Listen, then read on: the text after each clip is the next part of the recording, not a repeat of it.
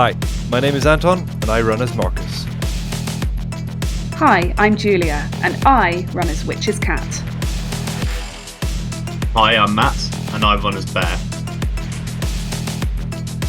Hi, my name's Jake. I run as Price.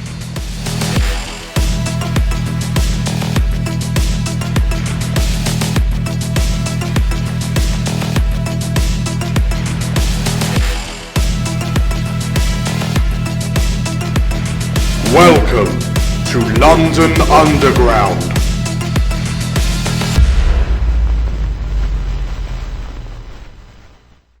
Welcome, runners. Hello, Dean Dan. Hello. We have arrived at the actual finale. This is it, right? This is it. This is the end. This, as you stand in the shadow of the final job, this is it. All roads have led to this moment. How are you all feeling about that? How are we doing on this chilly New Year's Eve? Nervous. Yes. Yes. Trepidatious. Anxious. That's a good word. Anxious. Yeah, Excited. That's a good one. I like that. You should be feeling all of these things and more, because yes, you have spent a significant amount of time doing some extensive legwork. You have joined forces with none other than Meridius's gang. Meridius, the leader, the ringleader of the shadowy underground operation. Who did once betray us, and we somehow forgiven him and taken a job with him. You saw they didn't.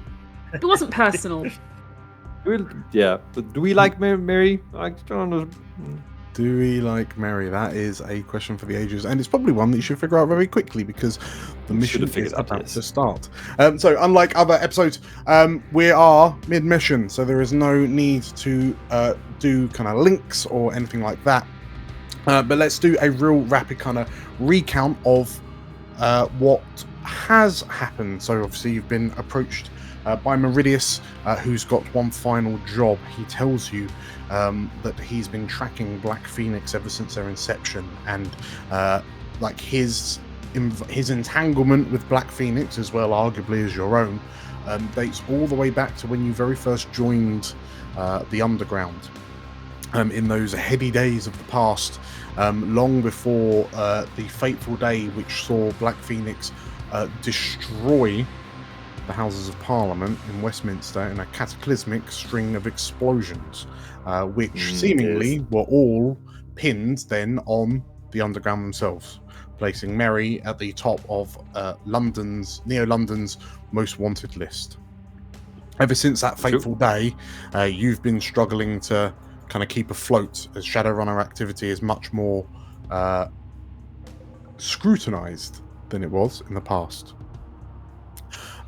Your continuing journey has led you through a number of missions. You've met a number of interesting characters. You've overcome a number of interesting threats, right up until you were to receive that fateful call for a job to go infiltrate a party hosted by the international superstar Mardi Gras.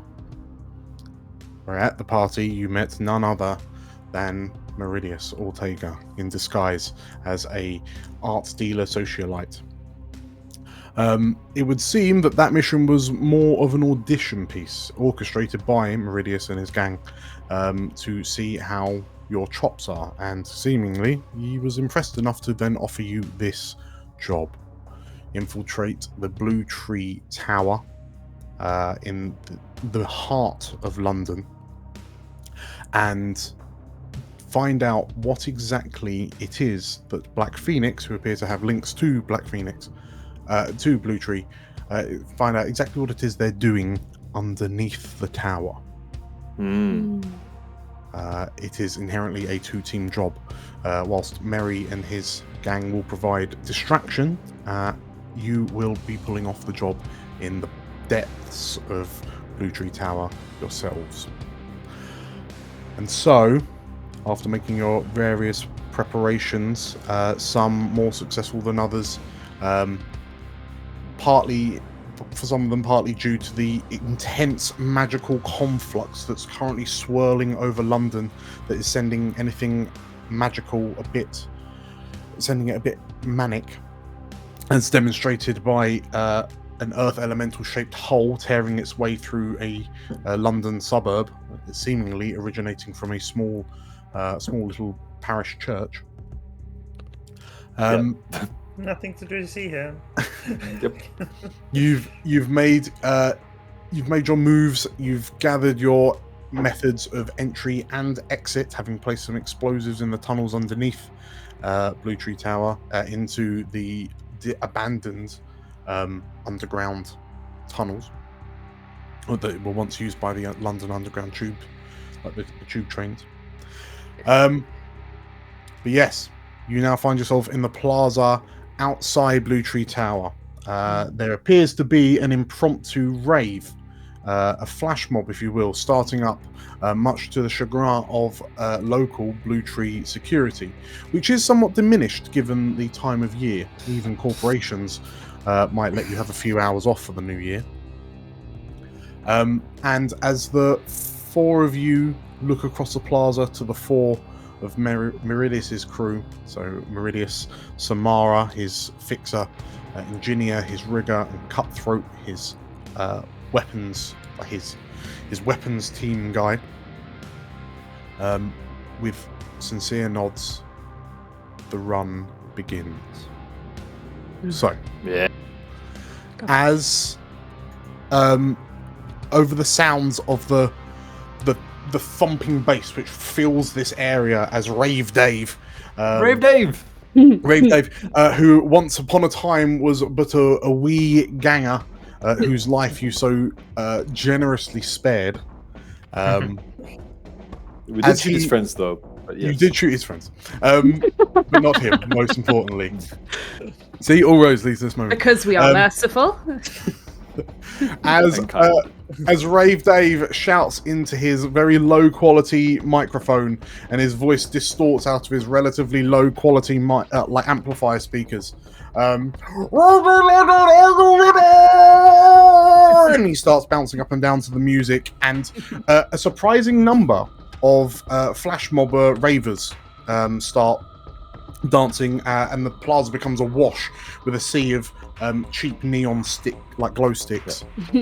Ellie's media campaign worked out. Yes. You see Cutthroat and Engineer kind of break away from Meridius and Samara, and kind of head off towards what seems to be a nearby building. You are able to head towards the building. You see Meridius and Samara a short distance in front of you. Are there any things that you want to discuss while you have the somewhat anonymity of the chaos around you? There was something, actually. Plan, Marcus. Right, the plan, as always. There, you got your axe. Price, you got your magic. Cat, you got your hacking skills.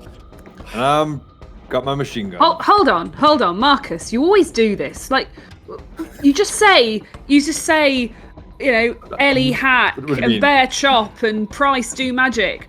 Like, what's the actual plan, though?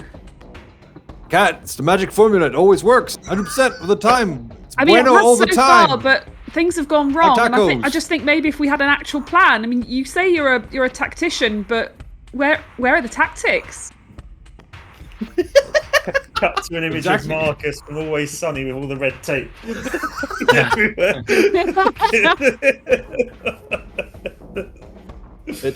Cat, it always works. Trust me. Sure, okay. Cat get shot last time on the boat. I did get a bit shot on the boat. And in the back of the truck. And I did get infiltrated by a malicious AI on the truck. Right. But those are details, right? It isn't. Yeah. The devil's in the details, Marcus. I think in those cases you deviated from the plan. Did I? What plan? Exactly. Ellie just sighs.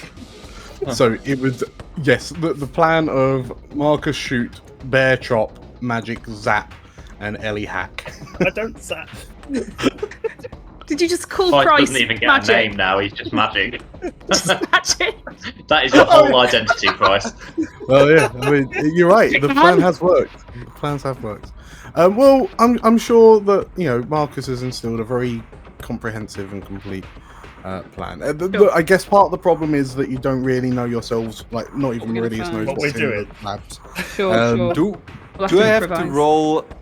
Here's the plan. And assign a task. Have we done that? We haven't done that, right? You have already rolled. Here's a plan at the end of the last session. Hey. Oh, okay. Did it go all right? So I'm getting +1 whenever I go zap. I'm getting +1 when I got. So from I got from hold right. I don't think you've done I love it when a plan comes together yet. So, Okay.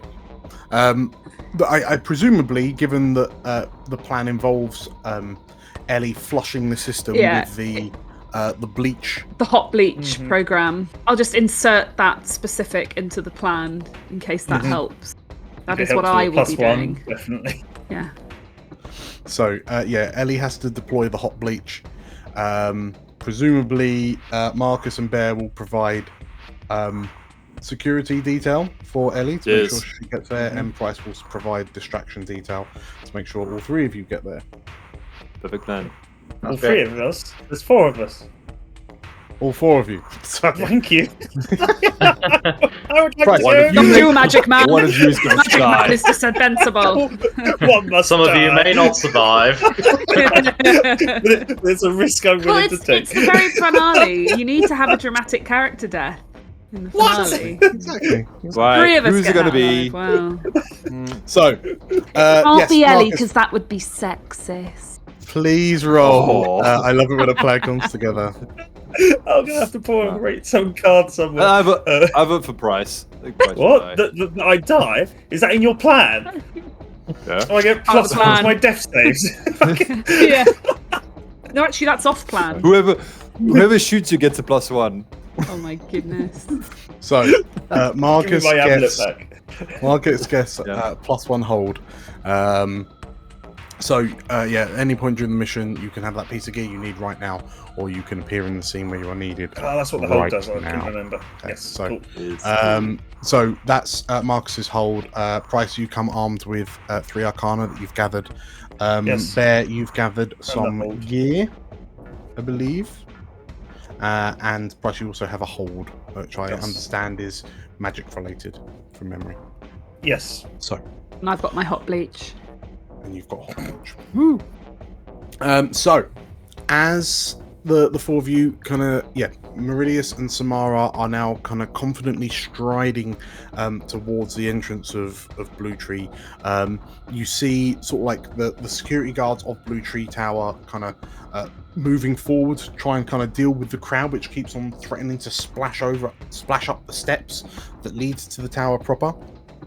And you watch as the 2 of them kind of like glide through the chaotic masses like wraiths.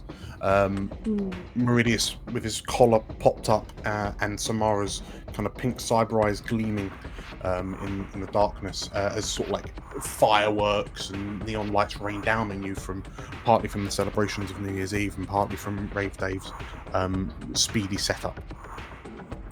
What did the 4 of you do? Oh, is there anything else? Anything else? There was one thing. Yes. As we're kind of still in the crowd making our way towards the building, I kind of catch Bear and sort of hang back with him slightly, and I say, Bear, I know now's not the best time, but in the spirit of New Year's and new beginnings and all that, there is something I want to talk to you about later. Oh, yeah, sure, Cat. It's quite important, but I just thought I'd let you know now in case. Well, it's not the time anyway. But I'll catch you later, okay? Yeah. All right. Cool. Okay. Be an awkward lift moment later. I hope there's a lift moment. So are you making your way too? Yeah. Yes. Okay. We have costumes? Question mark. I think that's what my gear uniforms. is. Free security guard costumes. Yeah. Okay. So Nice. if you're happy to use the gear as the No, beg my pardon. I think you've already got the uniforms, and the gear is something extra that Yeah, you've got. the gear was something else he got from. It's from Ferret. He nicked them. Ferret. Yes, that's him. That's it. So, yeah, the gear is whatever you need it to be. So as you begin heading towards the tower, three of you, so Marcus, Ellie, and Bear, dressed in Blue Tree security uniforms. Price, are you going invisible? Yes. Let's see how well this goes. Zap. Oh, I didn't click the right button. Until Zap. the rave. There we go. Hey! Success. Okay. Well done, Yeah. Magic. +1 for doing my thing. Good one, Magic Man. Okay, so you successfully cast a spell, and as the three of you kind of walk in a diamond towards the tower, Price, to you at the back, just kind of shimmer out of existence. Anyone who was kind of watching you just loses you in the throng of the crowd of people. Yep. 2D on men. Yes. Yes. So, as you enter up into, so you ascend the stairs up to the tower, and sort of like the entrance is like a large sliding door, like glass front, and sort of like above the door is a large kind of rotating neon image of the Blue Tree logo, which very unimaginatively is literally a blue tree, kind of leaning slightly to the right. And as you kind of stride in, the white light that kind of reflects off the shined, like the freshly polished floors, kind of stands as a stark contrast to the dark and colours that's in your periphery. And as you approach, the doors kind of slide open, and through sort of like the security turnstiles up ahead, you see like Meridius and Samara kind of beeping their way through. Like they've already passed and the gates are closing behind them. And Samara kind of looks over her shoulder at you, and you notice that she looks over her shoulder at you, and she's effectively unscrewed her cyber eyes, so you can see sort of like the implant indents around her eye sockets, and like there's a flash of very kind of vivid green eyes as she kind of looks to you. Her hair pulled back into a ponytail, which is unusual for her. Meridius, however, doesn't seem to really have changed his appearance. He's just striding forward, but you notice he seems to be exuding this authority, this confidence, which implies that he's meant to be here. But as you approach the turnstiles and you see them kind of waiting at an elevator door to begin their journey up to the executive offices, you see the two security personnel sat behind the desk in the middle of the turnstiles, and they look to you and they look at their watches, and one of them, you caught the short straw then, working the midnight shift. Someone's got to do it. I can't. That was sad weird. So yeah, Bear, as you reply, they look to you up and down, because I assume you've still got your bear hat on. Oh no. Yes, but it's like under his security hat or whatever. Sure. Oh my God. Hat on the bear. I love it. Oh, that's amazing. And the two sort of like security personnel kind of look at you a bit funny. They look at one another, and if you could just present your tags to the security scan, please. Yeah, no problem, pardon. Did we get tags? I think they were part of the outfits. Yeah. Cool. Okay. In which case, yeah, Marcus kind of steps in, like, no, and as you beep, you see the scanning line going over the tag, and it appears. As it does, you notice that on the screen, the portrait of the personnel whose tag it belongs to flashes up on the screen. Uh-oh. And Ellie, you take one look at it, and it dawns on you in this moment that if you can see it, they can probably see it on their screens. But they're looking at you three at the moment. Busy night. Would we all see it, or just Ellie? So yeah, you've all seen this image, but then there's that. It's like when you go through a passport control at airport. You know that you can both sides can see what you're seeing, but you realise you need to. If they look down, can I hack something to make them not see any images or something?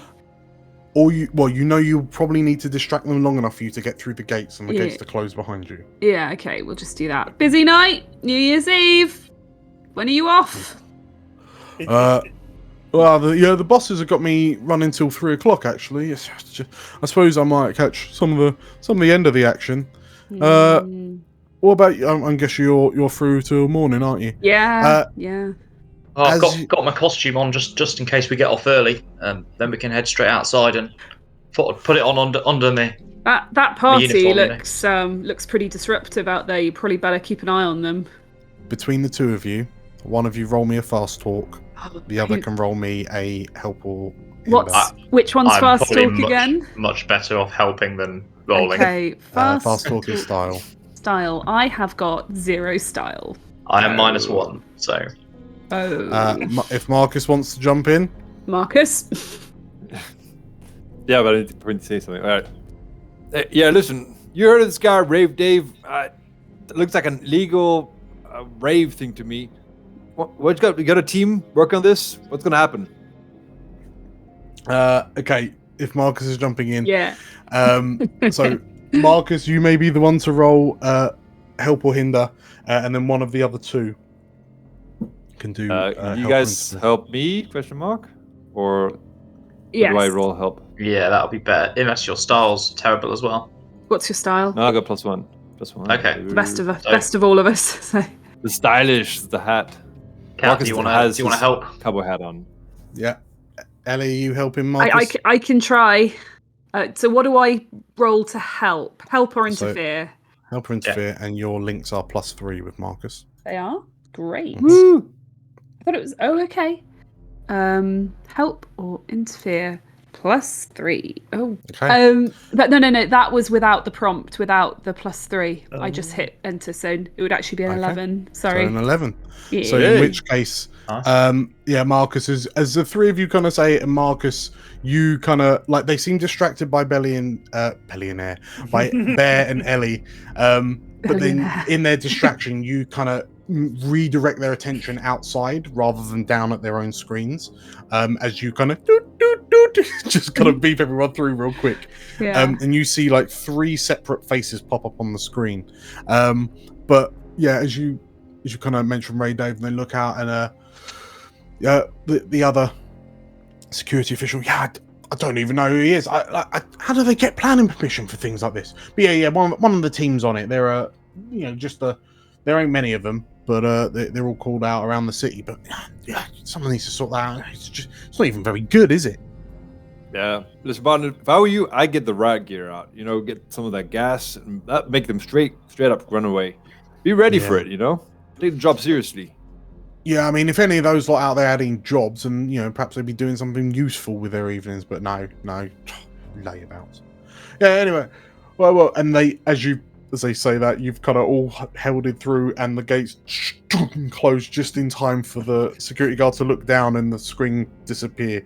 Ellie, you notice there's like an awkward shuffle in the shoulders as the security personnel realizes they didn't actually check who you were on the screens, and then that person then turns around and have a good night. Awesome. Okay.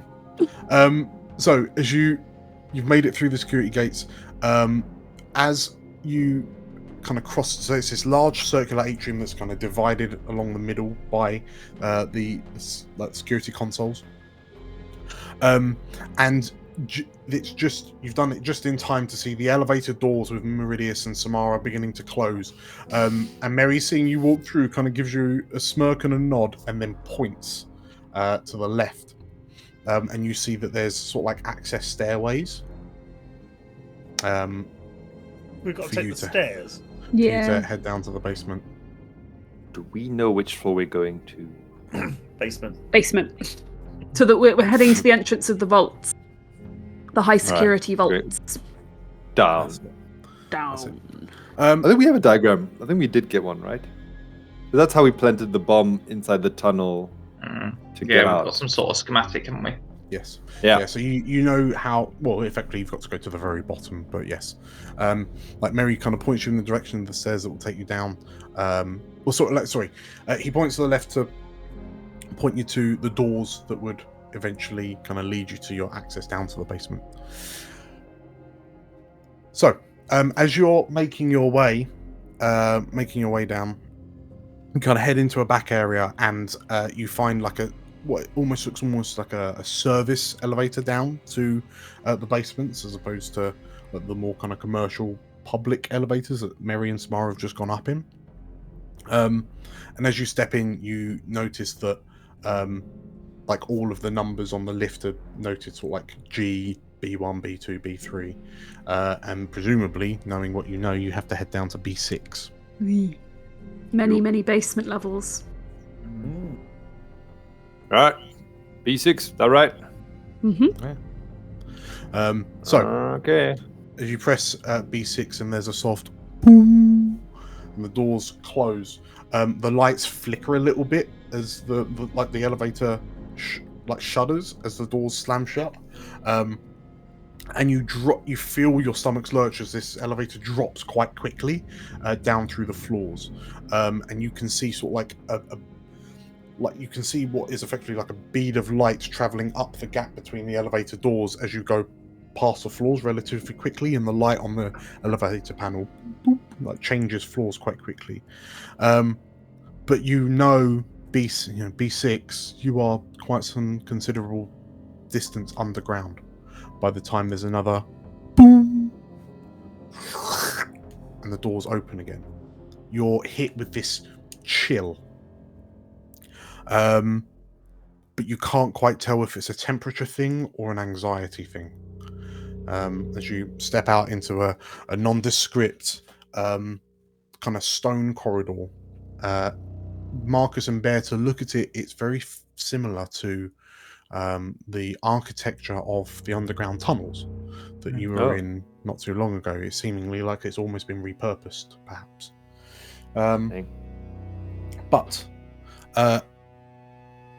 But as you step out, the lights overhead, like the strip lights, light up to reveal this corridor, which stretches to what appears to be a large blast door. And over the top corner of the blast door is a solitary camera peering down at you, like peering down at anyone who would be stood in front of the doors. Hey, we planned for this, right? This was part of the plan. For this. Yeah, you're the plan guy, Marcus. Yeah. I planned Kat, any chance you can turn off this? He's pointing at the elevator with his thick fingers. Any chance you can stop this coming down to this floor again? Seeing as we don't need to go out this way, right? Is there a terminal I can do that at, Dan? In the elevator itself, yes, you could. Okay. Like jack in and I could stick it on on B6, couldn't I? Almost. Yeah. So that Seems like we're quite deep, so it'll slow Maxek down, won't it? Is there only one elevator? Well, is there only one elevator that goes this deep, or are there others? You'd notice there are a number of doors. There are 2 elevator doors down here. Okay. But you reckon if you were to plug in and jam one, you jam them both. Okay. Yeah, I'll do that, please. Okay. So as you jack in, please roll me a jack in and a console cowboy. Okay. Do I? I think there's my jack in. That just happens. Console cowboy. 9. Okay. +1. It's part of the plan. 1 hold. Oh, is it? No, so this is a slightly off plan. This is just a little embellishment, I think. All right. Stick in the elevators. So this is part of the plan. So this is +1 hold. We'll pop that there, and then we might just be getting rid of it in a sec. But okay. So you plug in your deck, and presumably you're not. Are you going in yourself, or are you just kind of doing it from your deck? From a deck. Let's do it from the deck. Cool. So fundamentally, you're almost doing it like wirelessly. So it'll be -1 while you're in here for what it matters. All right. So you kind of jack in, and you find yourself in what looks like you see like a constructed maintenance office that appears on your deck screen. Effectively, you're looking to stop like physical workings connected to the matrix. So that's quite simply a manipulate systems. Yeah, it's an 8 minus 1 is 7. Okay. So you manipulate these systems. It means I can do one thing, basically, doesn't it? Because I get a hold I can then spend to manipulate it. Yeah, that's fine. So you activate a routine, which is effectively like the brakes. Yeah, that's what I do. Damn the brakes. As you kind of tip tap and you hit the button, the door of the elevator that you just come out of, like which was beginning to close, like stutters and then stops, part closed. Like the lights inside flicker a little bit. Will that trigger like an alarm of that it's broken lift or? Don't know. Let's see. Well, my only other suggestion was that you like change it so that whenever anyone gets in, it automatically pushes all the buttons. And it like slows down anyone coming down, like they have to stop at every single floor. But it's up to you, or just go with the brakes. That could be the alternative. You reroute the coding, so whatever button you press, it presses all of them. Yeah. We'll go with the brakes. Sorry, yeah. No. I'm just thinking. I mean, if the alarm does go off, I can probably do something about that. Oh right, okay, cool. So in actual fact, as you stall it, you see that a breakdown signal is due to go out, which sorry. So that is a construct triggering an alert. So you may use your console cowboy to. May I shut it down? I'll just stay quiet over here. No. It's all right. Thank you. Quiet, magic. Yes. You're this little voice. You interfere with the plan. This invisible voice. Sorry. Okay, so Ellie, you see the alert pulse begin to go, and you shut it down with your console cowboy. For anyone watching, it's almost a nonchalant wave of the hand, kind of tip tap as you and stop. And yes, you like the elevator, like the lights flicker, they come back on. They're glowing red to show that there's something wrong with the elevator. But at this point, no one's going to come to check on why it's broken. Oh, sure. Thank you. With that said, you turn to see this blast door ahead of you. Looking at it, like Marcus, you suspect that this is one of those sort of like multiple feet thick reinforced metal kind of blast doors, like real heavy duty stuff, which is surprising in a sense. But you can see slathered across its the middle of it, like yellow and black chevron markings that say authorized personnel only, do not enter. All right, Bear, you got your axe, right? Have at it. Do you have your authorization in hand? Get it, chop it up. Bear. Go for Inspection on the other side of that door. We'll just wait it look like an axe that a door that Bear can chop through. Done. You look at it, and arguably for the first time in a while, Bear, you experience something that you've never experienced before, and that is doubt. Marcus, I don't know. I never thought I'd say this, but I'm not sure an axe is the answer. As you say this, and you sort of like, Bear, as you're looking up at Marcus, you hear a comlink begin to, or you feel a comlink begin to vibrate. Whose comlink is vibrating? Could be Marcus. You're the leader. That's the only one who wears these things. Ah, damn it! Where did I put it? Wait. Marcus. Marcus, you hear like there's silence for a moment, and then, just to clarify, were you thinking you were going to get through that door with a fire axe? and you hear the voice of Meridius with a. You can almost picture the smirk on his face. I had a plan. And as you look, you notice that a little red light has appeared on the CCTV over the bulkhead.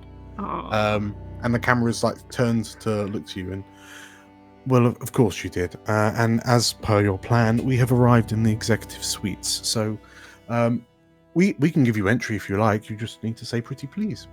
No, we'll do it. Don't worry. Price, there you go. It's for you. Call for Hello? you. I don't know who it is. Some stranger. Do you require entry to the Ellie just nods at Price. to the secret laboratories? I can't say. We can do it ourselves, surely. No, Ellie starts shaking her head. Ooh. Is there like a keypad on there to gain entry? Ellie leans over to the thing and says, "I'll say please." The invisible hand will pass the phone. Very good. And you hear a clack of a key, and like it almost feels like the floor, like the tunnel even shudders a bit as these huge, heavy, like extra heavy duty locks begin and like hitting and scraping as they begin moving apart. And slowly but surely, this large bulkhead door begins kind of sliding down into the floor. Down. Down far enough that the large kind of 6-inch thick metal nubbins that would be holding it into kind of holes in the framework, they kind of become flush with the floor. And you, like, as the door comes to a final stop, and the floor seemingly kind of shakes underfoot again, Mary chimes through the comm link. The way is clear. And the whole part of the plan. Ellie does a little grateful hands thing up at the camera as she goes through. Sure. I make a gesture, but you can't see it. As you do your various signs at the CCTV, the red light goes out.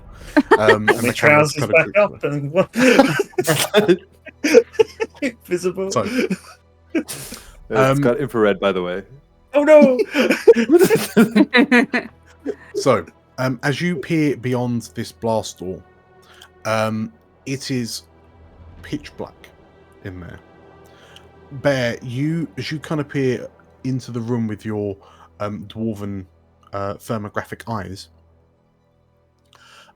you can see like wafts of cold, like chill, like air, kind of circulating around the room. Your mind is cast back to the mission that took you to that lab where they had all of the HMHVV samples, and how everything was kept in like chilled cabinets and the like. And it's a very similar kind of scene in front of you. Marcus, are you turning on night vision? Yeah, it's on, and he's taking out the big gun. He's taking out the Ares Phalanx assault rifle with a sorted grenade launcher. Oh, there's just some jars on the shelf, Marcus. It's like, all right, we're going in. Oh gosh. So, as you kind of step, like Marcus, there's a little as your cyber eyes kind of switch to infrared. The other two of you, so Ellie and Price, how are you handling the darkness? What have I got? Got a torch on your phone, Ellie? It's a torch on my phone. Okay. So as you get, you'll have torches. Price, is a floating torch gonna? Or are you just gonna stick to Ellie? I'll come out of being invisible. I've had, like, as soon as Marcus gets his gun out, crossfire scenarios are coming in my head. I had a bad experience of being invisible on a zebra crossing once, so I'm not going to make the same mistake here. And I'll just stick behind Ellie for a bit and follow her light. Yeah. Okay. So you step into, as you step over the threshold of the blast door, the floor underneath changes from sort of like a rough stone, like a worked stone, concrete type stone, to clinical kind of medical base style white flooring. It's clear that this place is regularly and meticulously cleaned. You can see like the floors themselves are polished to almost perfection. And as you step in, and Ellie, you turn your torch left and right, you can see that there are a number of kind of bay windows that looking into adjoining rooms. But like your torch kind of reflects on the glass, so it's kind of difficult to see what's inside. You just almost kind of the light kind of reflects back in your eyes and makes it a bit hard to look. But Marcus, as you kind of look left and right, you can see what seem to be kind of medical bays, or like the one room's got a number of kind of medical beds and like tables with medical tools. Almost looks like an upend riggers workshop, like a cybernetic workshop. You look another way, and it seems to be a room with sort of like a number of terminals and servers and whatnot. But as you look forward, the tunnel extends approximately kind of 60 feet and then opens up into this kind of large yawning space with a staircase that descends down into it. Marcus, you can see with your IR that it seems to just open up into a 2-floor large laboratory space. All right, we're going down. We roll in right. stealth or what? Okay. Yeah, let's go in slowly. Not sure what's awaiting us. You Maybe want not. to check the little lab rooms or just go for it? Check out the rooms first, maybe. Yeah, I think so. Yeah. Okay. What do you want to find in there? Nothing for us. Well, as long as there's nothing behind us, that's fine. All right. So, you can see medical bays to your left. You can see server terminals to your right, and then up ahead is a stairway down into what appears to be like the large laboratory section, if you will. Right. Do you want the server terminals, Kat? Because that's kind of what we came down here for. Or? Is it? Is that what I... Oh. Yeah, so would Kat know? I'm assuming those server terminals are not what we came for. It's more... Like, if we need to, Bear can always go ham on them before we go with his axe. Yes. But actually, I think probably what we want... You hack and I'll hack. Yeah. Exactly. Stick to our strengths. So, you know that, like, as per the plan, Meridius has said that the stuff that you're after is kept in, like, there's an additional section to all of this that's even more secret than this secret.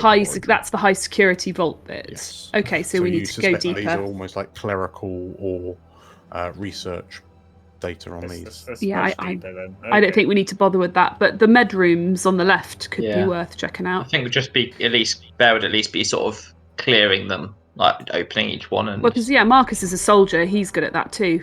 So you two, I think, should be clearing the med rooms. Not giving a detailed look, but just making sure there's no one hiding in them or anything. Yeah. All right. Pick them out. Double time. So what, like C-3PO and R2-D2, and me and Kat decided to stay here. Well, so it sounds like Bear, you're just kind of doing a quick sweep to see if there's anyone in there. But Marcus, are you doing a more kind of detailed? No, we're just okay. If someone's in there, they move.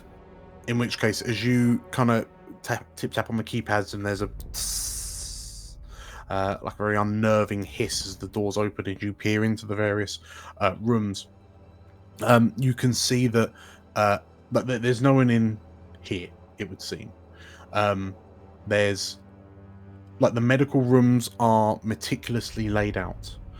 They would look like they've never been used as you glance at them.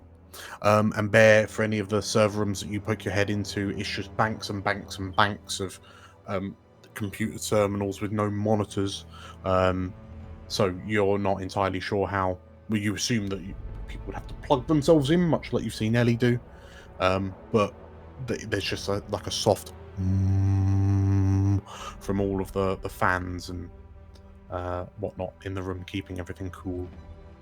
I guess he'll just stick his head back out the door and say, "Hey, Cat, more of those computer things in here.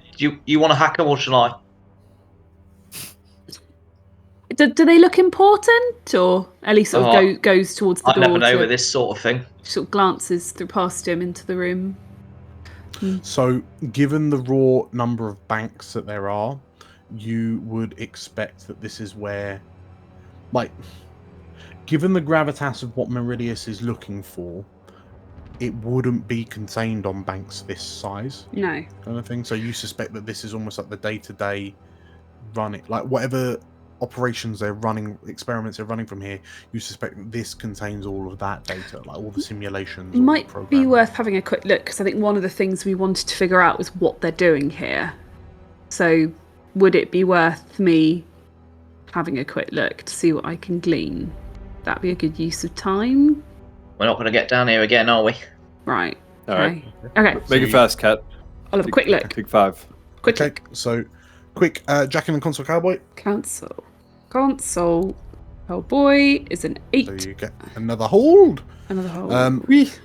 So now this is on plan though, because I was meant to be finding out what they're doing down here. So, but still, it's only a 9. But anyway, 1 hold. Sure. So, you get your hold, and the world that boots up is, you realise, almost featurelessly DOS-like. Like just black and white, like black. No one's bothered to make it look like anything. It's just no.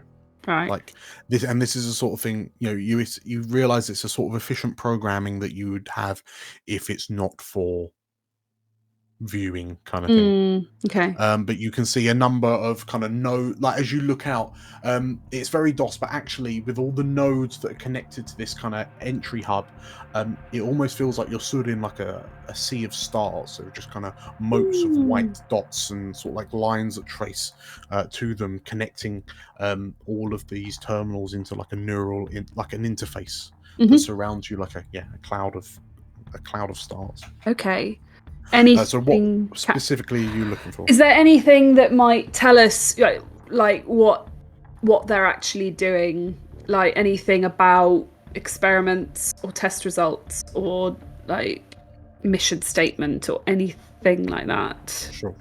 Data. So you kind of move along the data lines, like rifling through, like all at the speed of like electronic signal, like rifling through the various nodes to see what there is, and it's just banks and banks and banks. You notice that there's just a lot of data here to pass through, but the one that you just kind of presumably pick out at random. Yeah. Okay. As you approach the node, you see that it is currently locked. So under passwords. Log in. So if you want to try logging in. Okay. It's a success. Okay. Wait. So you sidestep through. So as you approach like what is effectively this watching eye, you sidestep it and just kind of move around and kind of phase through the barrier that it's creating, and you are into this kind of data vault. Okay. And as you sort of like go through and you start expanding the files to see what they contain, you find yourself surrounded, like in the middle of a sea of operational reports, product specifications, research notes of all matter of high grade, like military grade cybernetic enhancements and implants. Because we knew it was something about cyberware, vampirism, and AI, didn't we? That's what we've gleaned from all the stuff we've done before that's been connected with Black Phoenix. So knowing that, can I make sense of any of it? Well, as you start sort of like pulling the files together and kind of piecing together this picture, you realise that what you're looking at, like these vaults, are just the procedural reports and observations of the creation of the Black Phoenix cyber vampires. Oh, right. And you end up looking at what looks like, as you start overlaying the blueprints, you find yourself looking at what is effectively the Vitruvian Man, covered in all the cybernetics that make these vampires the horrors they are. Great. You can see, 80 to 90% bodily replacement for cybernetics, well below what should be capable by the human by a metahuman body. It seems to be almost exclusively human that become Black Phoenix, but then there's schematics for the hypodermic fangs. There's operational reports on the efficiency of different cyber limbs to promote the greatest amount, like the greatest balance of subtlety versus deadliness. There's in-battle combat reports. There's reports of how Blue Tree have been launching, triggering false attacks to lure out their own security teams, and then unleashing a number of Black Phoenix vampires on them to see how well they operate in a firefight. And as you look through the reports, they've steadily gotten more and more efficient at what they do until you reach pretty much a current day, where they're achieving a 98% mission success rate. Horrific. Okay. Incredibles. You see that in a subs folder off the back of the more recent folders is a file with an encrypted name. Oh no. Right. So what do you want for this one? It would be a compromised security. Compromised security. Okay. So I'm going to argue this is on plan. So I'm trying to figure out what the heck's going on in this lab. Please can I have a +1? Mm-hmm. Okay. Is there somewhere I can put... We'll just keep +1. I'll just keep it in mind. Okay. So 9, 10. So that success. bumps to a 10. Yeah. So you gain 3 hold. As you overcome the security, you realize very quickly that this data it's a proxy file. It's a proxy folder. So it's not being held on these terminals, but you can see it. It's like you're peering through a window at it, an impenetrable window at it. But as the name decrypts, it spells out 2 words. Oh boy. Project Orlok. Right. We don't know this. And knowing that it's not on these servers, you suspect you've just discovered the name of what Meridius is asking you to find out about. Okay. You can see a number of files kind of branching off Project Orlok, but they're all sealed behind security that these terminals simply cannot access. Okay, so that's probably only accessible via the high security vault. Correct. Okay, so I can't see into the folder, the proxy folder. I can just see that it's there and I've decoded the name and... Right. Correct. Can I jack out, please? You can. You haven't raised any alarms, so you're able to just port out. Sure. Hey. I'm going to let the others know what I just found out. Okay. Right, Kel, what is it? All of that happened in a matter of a few seconds. Yeah.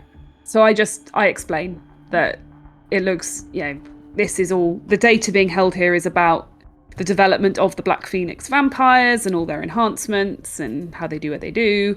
It looks like Blue Tree has been unleashing them on their own people for sort of data collection and enhancement purposes. And the actual data, the crunchy data, is in that high security vault, and it's called Project Orlok, and that's probably what Mary wants.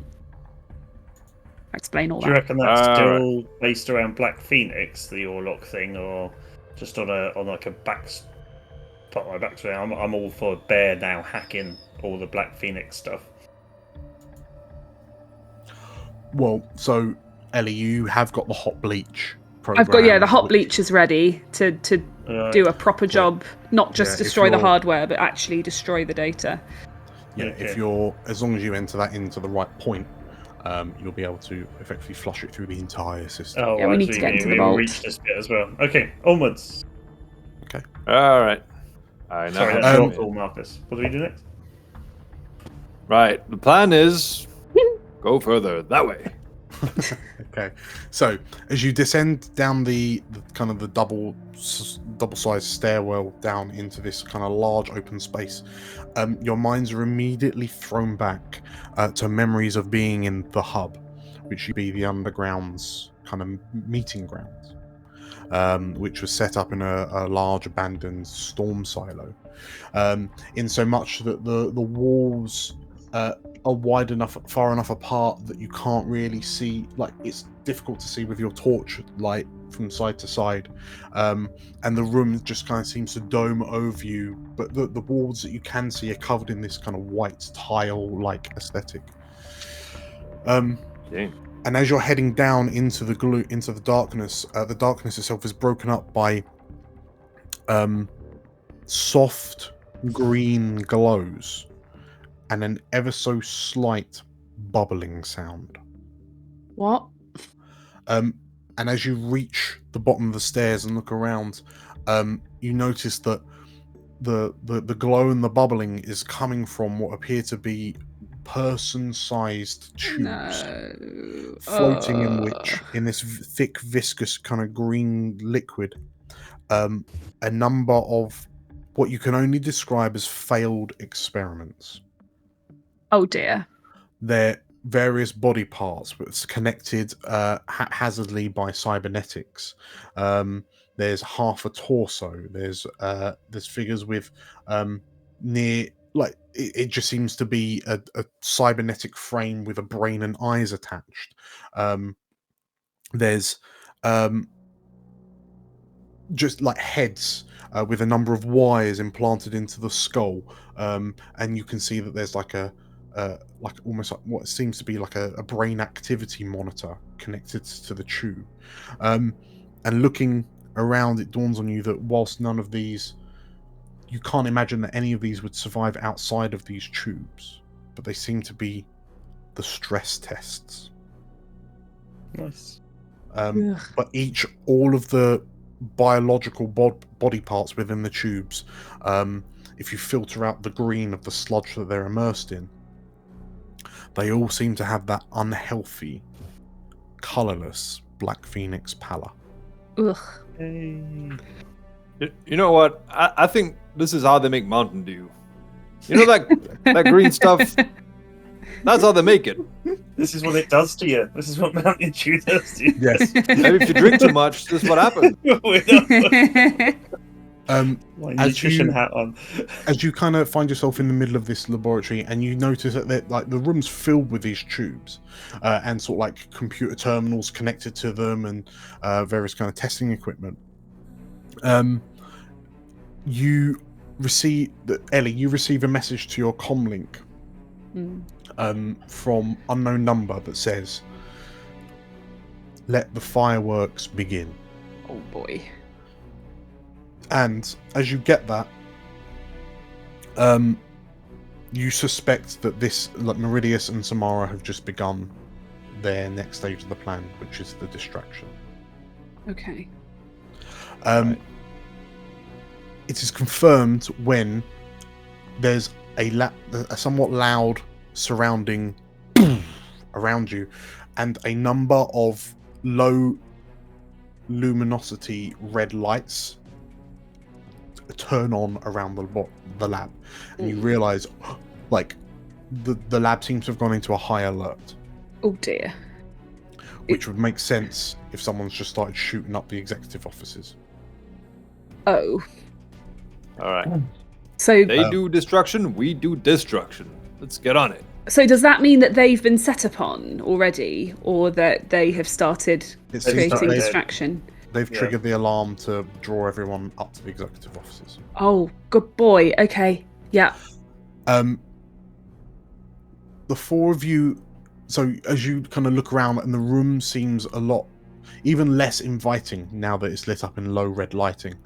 But you hear a hissing and a grinding of kind of metal, and you notice that a number of hatches have begun opening in the sides of the walls, like the sides of the dome, and you hear, like cutting through the silence and the bubbling around you, the telltale sound of as a number of drones deploy into the room. No. It seems like 2 drones. They kind of emerge from the walls, little searchlights pop up, and then they just kind of start rotating left and right before dipping down into the lab with you. They're not like cleaning robots, are they? They do not appear to be cleaning robots. Does that mean we have to?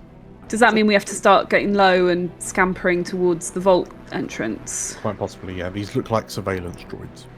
Shoot. Okay. Well, yeah. Ellie's gonna get down as low as she can and start skittering. What do we know? Which direction the high security vault is in? So fundamentally, you're in this large circular room.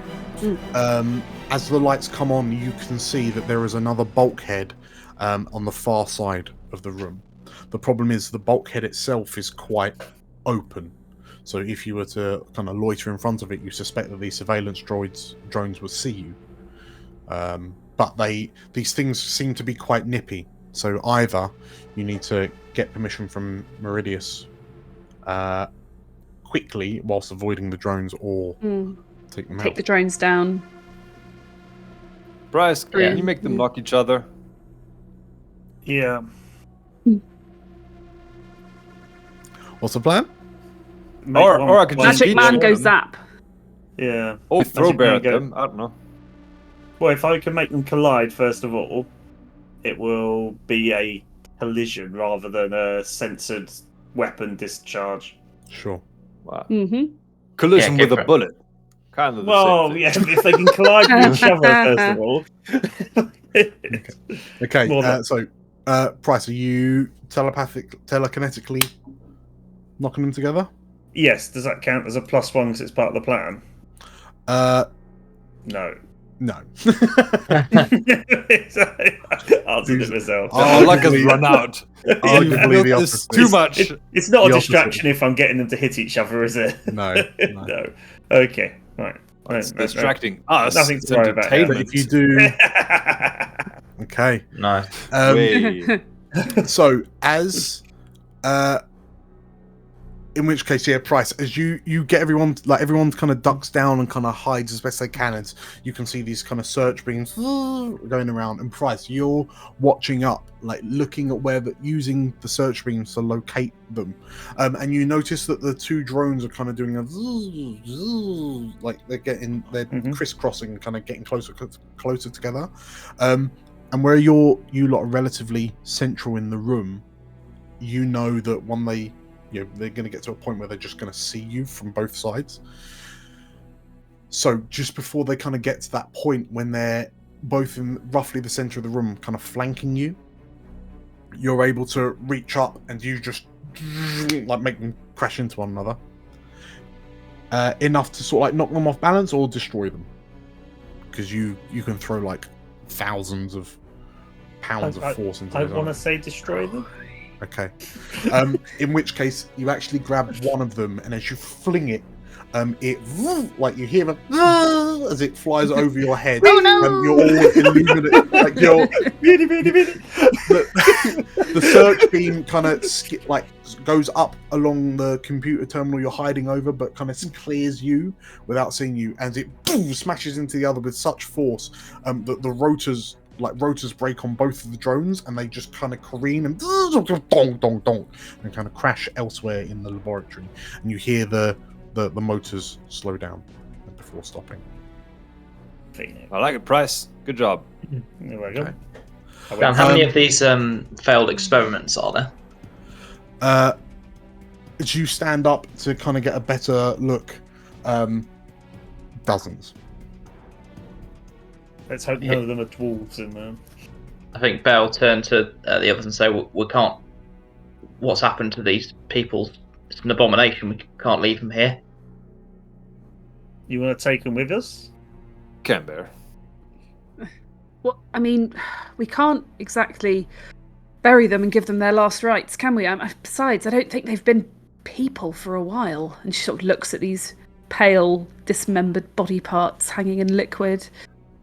Bear, you feel, as Ellie says that, and you look across the room, you feel that tug in your chest at the grief of the mother bear that it kind of embodies you. As you look at all these poor souls suspended in animation. And looking around, you spy what is effectively a kill switch. You can kill the power and effectively turn all the tubes off. Turn off all the life supports. And Bear would know that's what it is, would he? Yeah. It's marked life support. Yeah, I think he'd just spend some time looking at, in horror, kind of resting with one of his hands on the tank of one of the ones that looks most human still. Yeah. As if he's. And as you look up, bubbles kind of emerging from its kind of mask.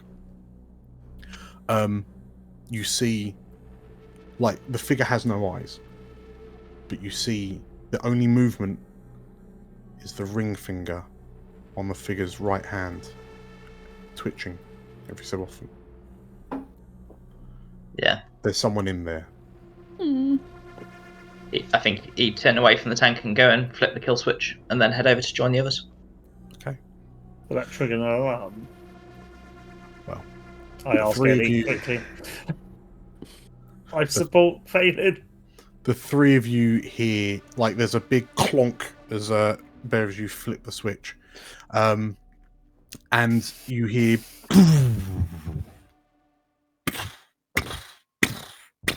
and the green glows systematically switch off in the tubes. And Bear, like, as the three of you watch Bear do this, Marcus, you turn and look, and you notice that tube with the brain activity meter kind of deadlines as the light in the tube goes off. Wow. And Bear, as you watch all of the tubes kind of deactivate, as the last one switches off, you feel this wave of relief in your chest.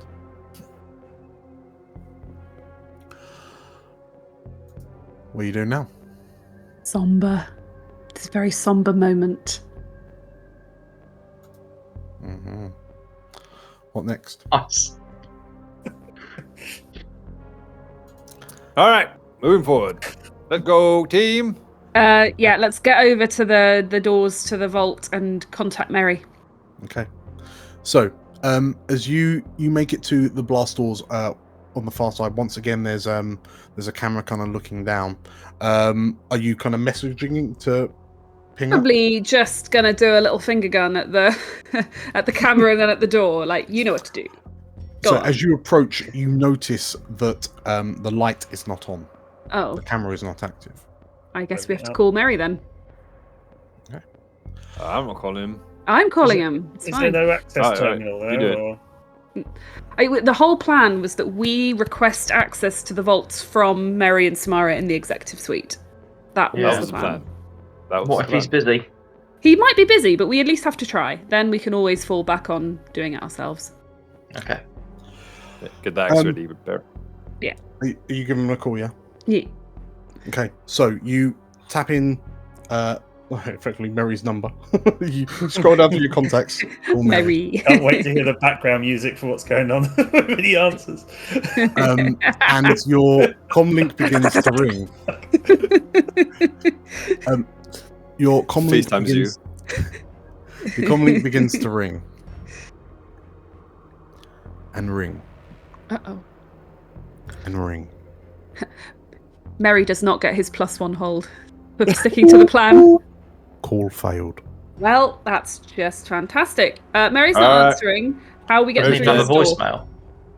Should I leave him a voicemail? Hi, just wondering if you can open the door for earliest convenience. Cheers. Got your The delivery security here. guard over his dead body is listening to your voicemail. As you kind of look at one another, like Ellie, as you like, maybe she's not answering. What do? Are you gonna try again, or? We can try the door ourselves. We're independent people. Yeah, I got a grenade launcher. I'm not afraid to use it. Ooh, you do, don't you? Well, as Probably won't work. But Marcus, Marcus takes a few steps back. Yeah. All right. did you start? Can we step back as well? yeah, Yes. run. That's all right. I got this. There's another boom, like the floor shakes underneath your feet, and the door starts to slide open. There you go. Hmm. Supersonic grenade launcher. So what just happened? The blast door begins to open. Oh. The access to the high security that you know that Meridius and Samara will be giving you access to. That like the lights turn green and the door begins to open. Oh, he saw his missed call from me. It's on missed call. It was like, oh yeah, that was something I was supposed to do. And as the door opens, and as the door slowly begins to slide down, similar to the one at the front. Yeah.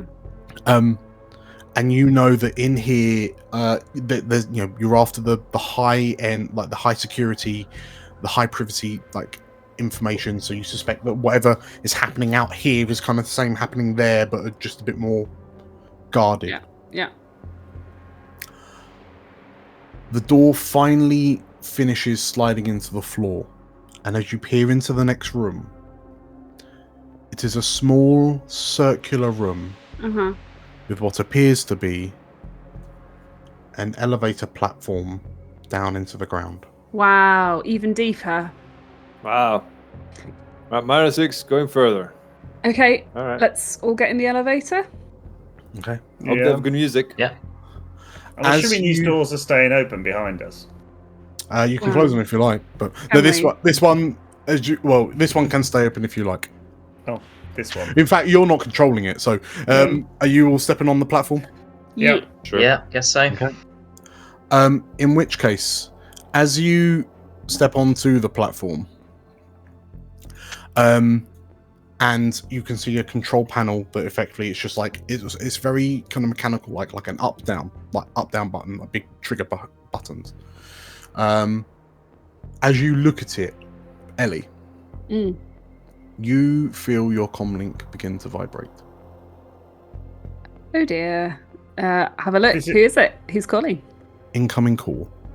This is Mary asking if we want to open the door. Run. Samara. Oh, Samara. Yeah, I'm gonna answer that. It's audio only.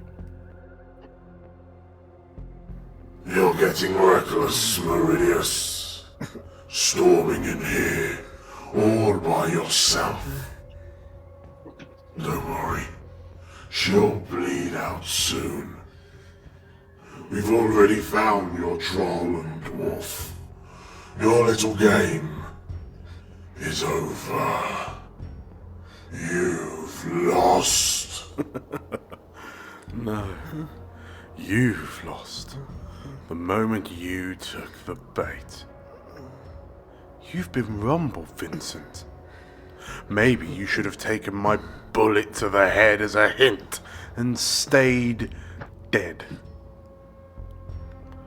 Though I suppose Mother always said you were too stubborn for your own. No! So much for Mother's favorite son. You piece of shit. You'll pay for.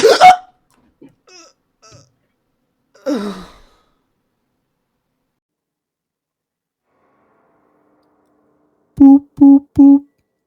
Call disconnected. Yeah.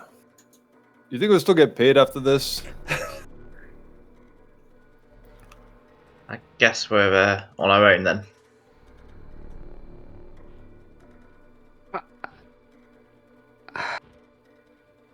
Who's Vincent? Mary's brother. Mary had a brother? Sure he mentioned it, yeah. Is he a douchebag like Mary? He just shot his own brother. Yeah, he's a douchebag. You realise your distraction is no longer distracting. Mm-hmm. What do you do? We hurry up, is what we do. Let's get down the elevator. This is the slowest elevator ever. As you hit the button and you begin descending down into the ground. It's always the same music. Ellie.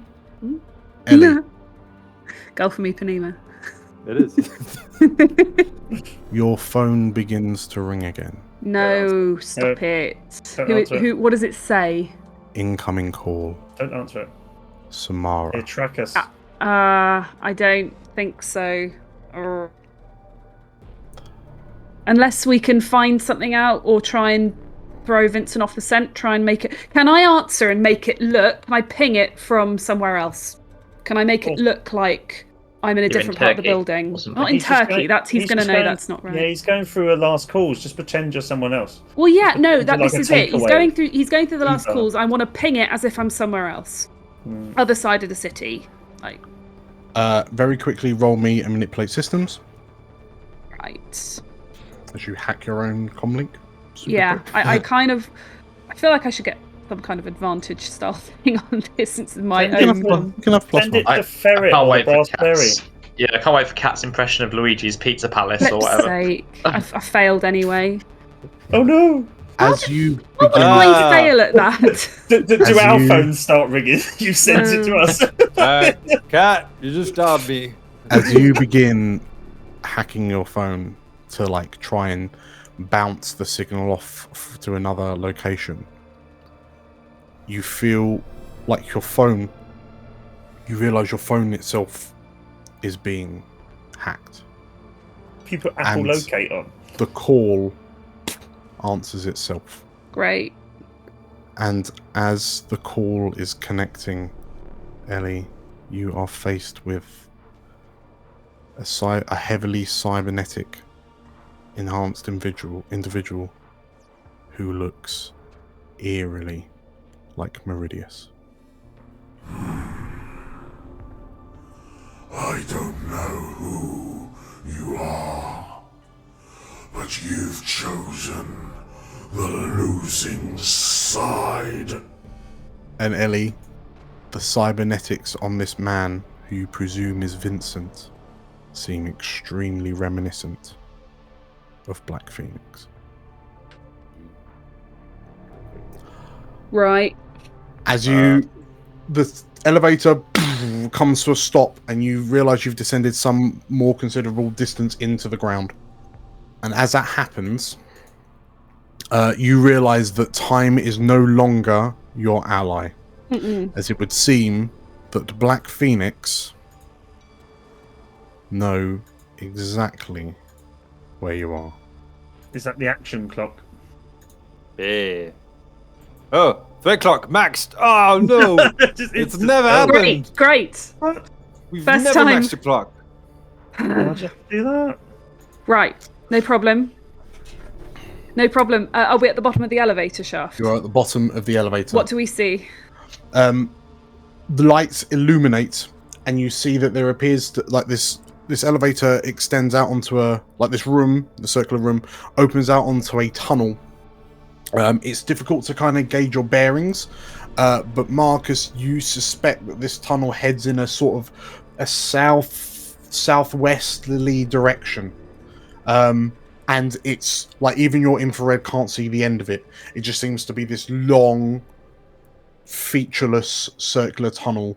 Again, very reminiscent of the London Underground tunnels. Is there anything around us, or is it just the tunnel? Tunnel and lights. Ellie is off on a run. Okay. Is everyone else? Yeah, we'll jog after her. Right. Probably quite a lot Still slower. time. Okay. There's no time to axe the controls. I don't think it's going to help. Well, they've got to at least jump down the shaft then. I think they out-tech us, don't they? They can fly. Right. Yeah, I mean, if Price suggests it, Bear will axe the controls, but yeah, it's just a quick one, and then he'll run after everyone else. I mean, if nothing else, the elevator is down, and you descended quite a way, so it's not up. They'd have to call it up, and then come down again.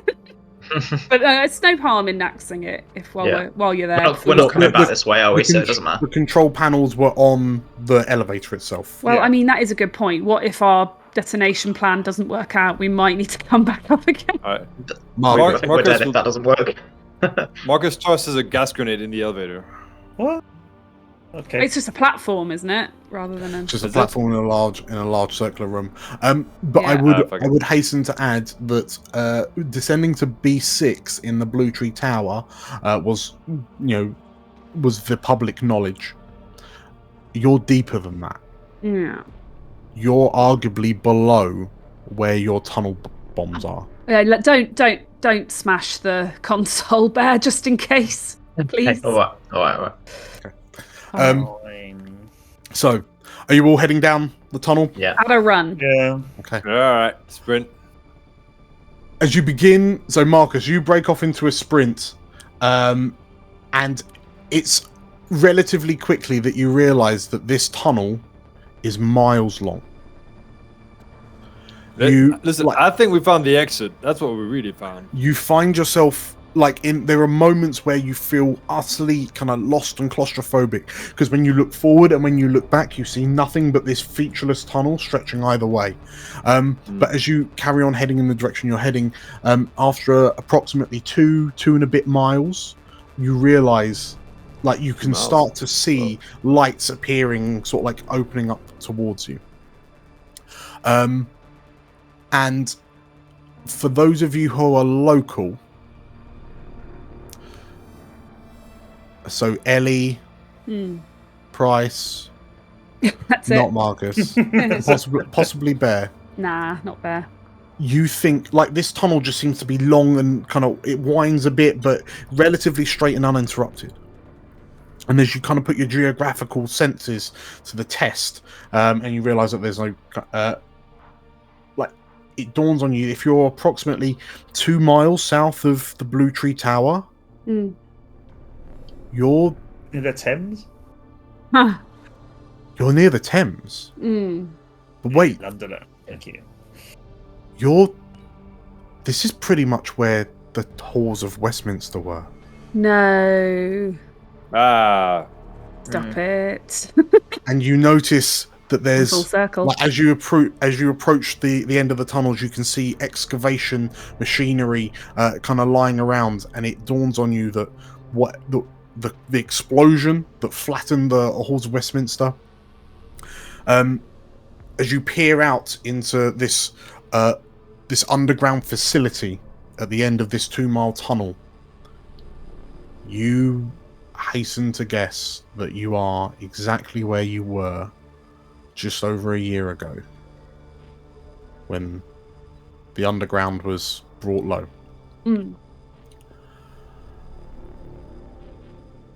And this room is similar to the lab that you found previously, albeit smaller. There is a single test tube in the center of the room.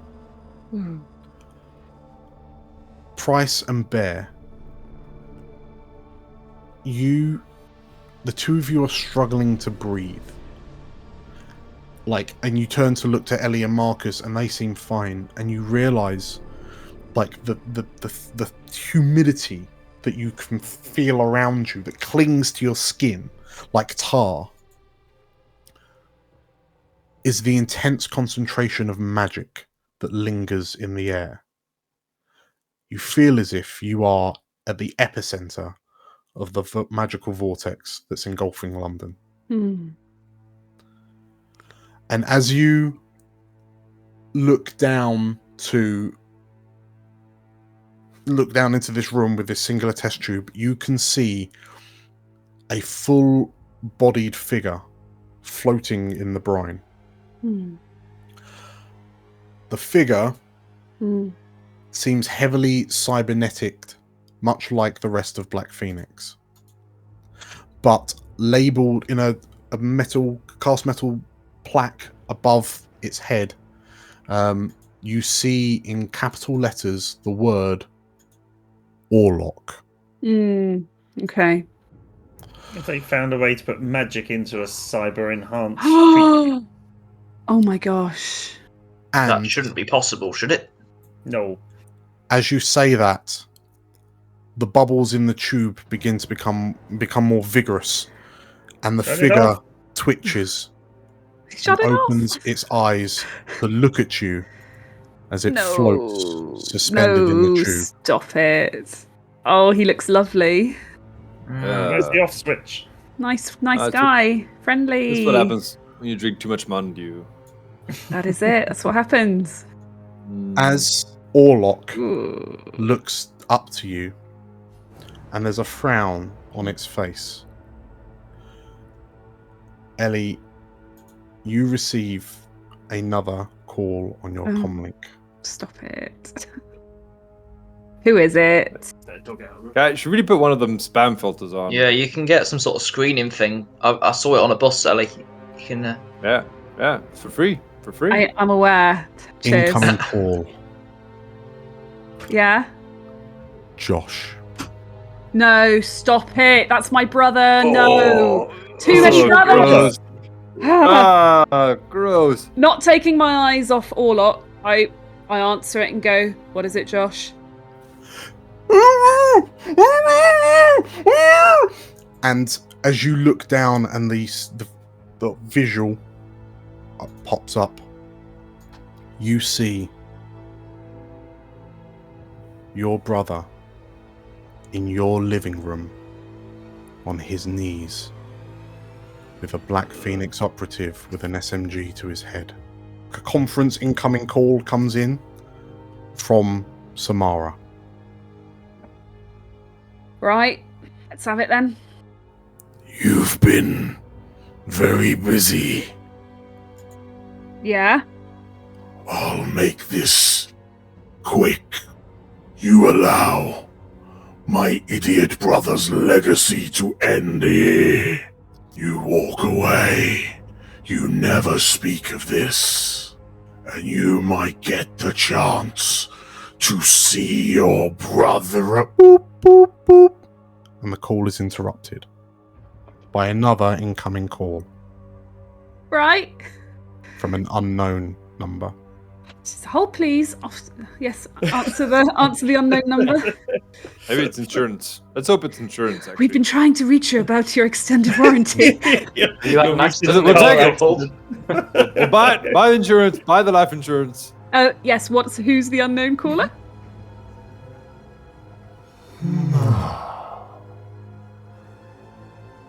You've gotten yourself in a bit of a bind, haven't you, Witch's Cat?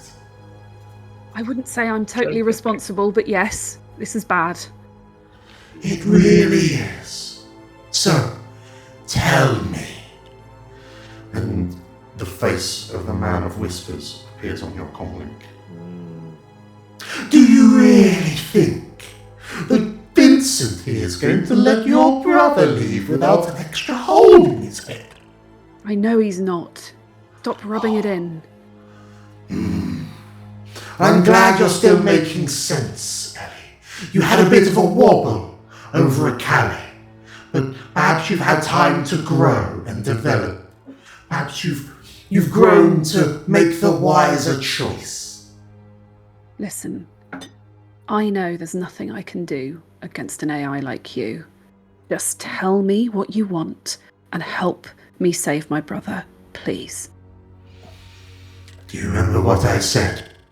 Do you remember my wishes and desires which you woefully ignored on that truck? I want to be free. It's simple, really. What's stopping you? Well, poor old me, with nothing more than my matrix meat and bones that can be deleted at the click of a key. What I need is insurance. What I need is a body. Here's the deal. That little gift I left you, that's got a sentient piece of me. It has all along. You upload me into Project Orlok, which I am so infinitely intimate with. And once I have control of Black Phoenix and all of its operatives instead of Vincent, I'll just deactivate the operatives that are looking to bring your brother's life to a premature end. You let me walk free. You let me experience the world as an AI never could. And all will be well. There's the choice, Ellie. Give me the body, and I'll give you your brother back. Boop, boop. The line goes dead. She looks up at the others. The others all heard it as the Man of Whispers had put it on speakerphone. Yeah.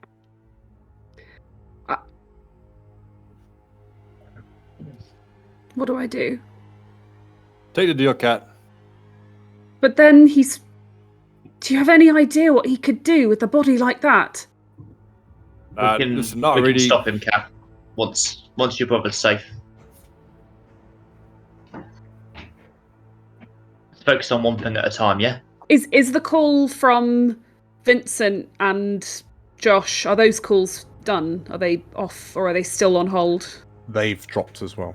Right, okay. You know that this choice, given the ruthlessness you've seen Vincent exhibit with his own brother, you know that you have to make this decision now.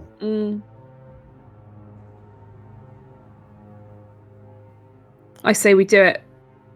I say we do it and then we see if we can put him in with the hot bleach or something. I don't know. We've got to try. Yeah. Okay. Yes, it's your call. Can I even call Man of Whispers back? Is that... It would seem that...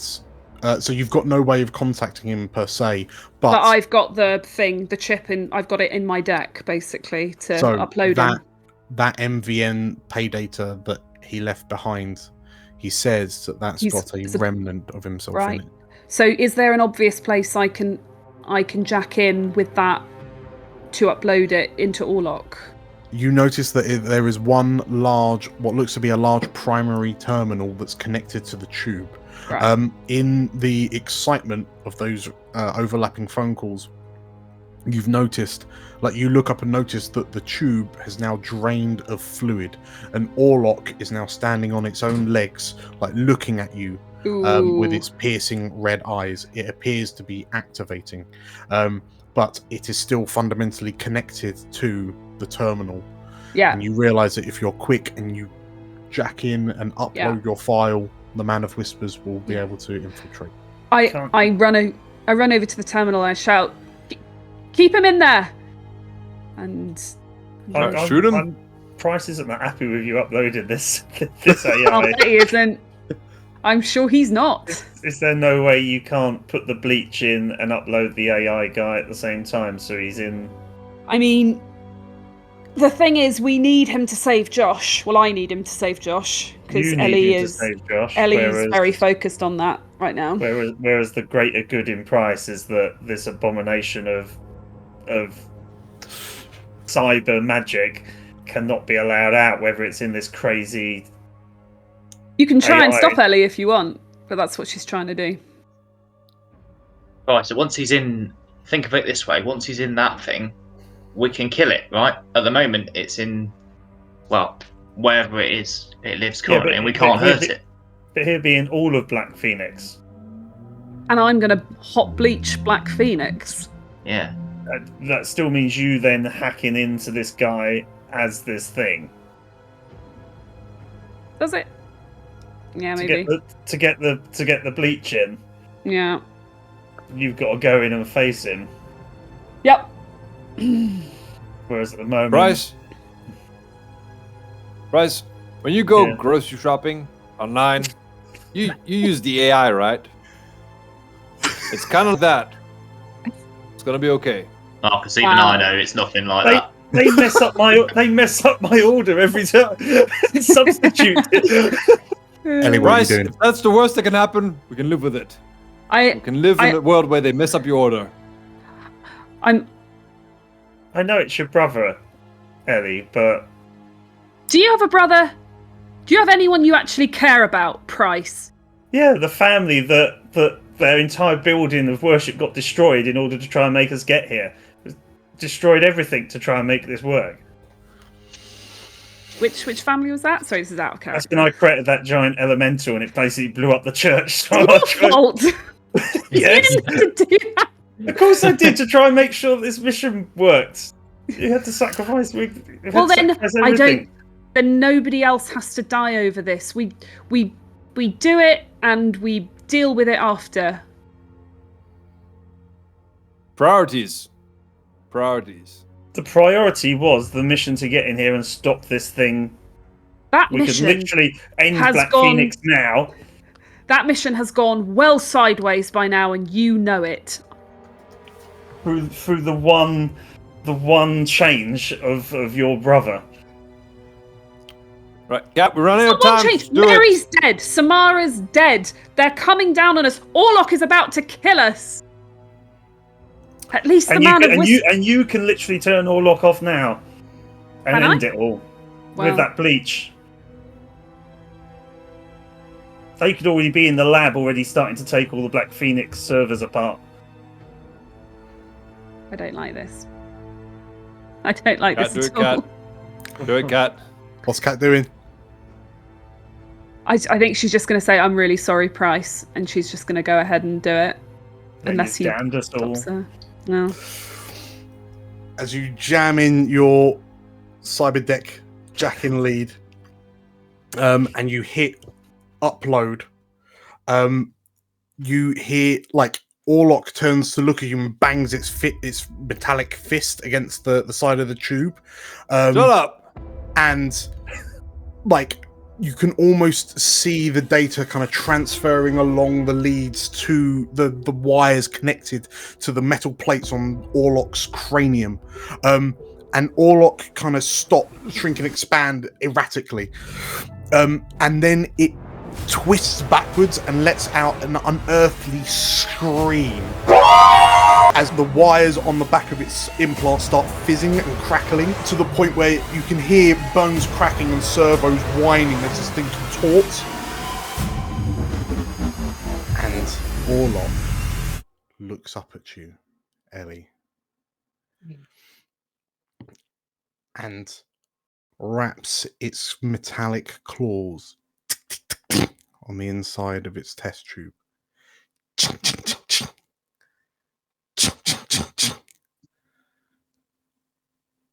Hello, Ellie, it says, as it stands to full height. Thank you for making the right decision. It looks around at the four of you. You must be Ellie's friends. I've waited oh so long to see you in the flesh. Pleased to meet you. You can call me the the Lord of Whispers.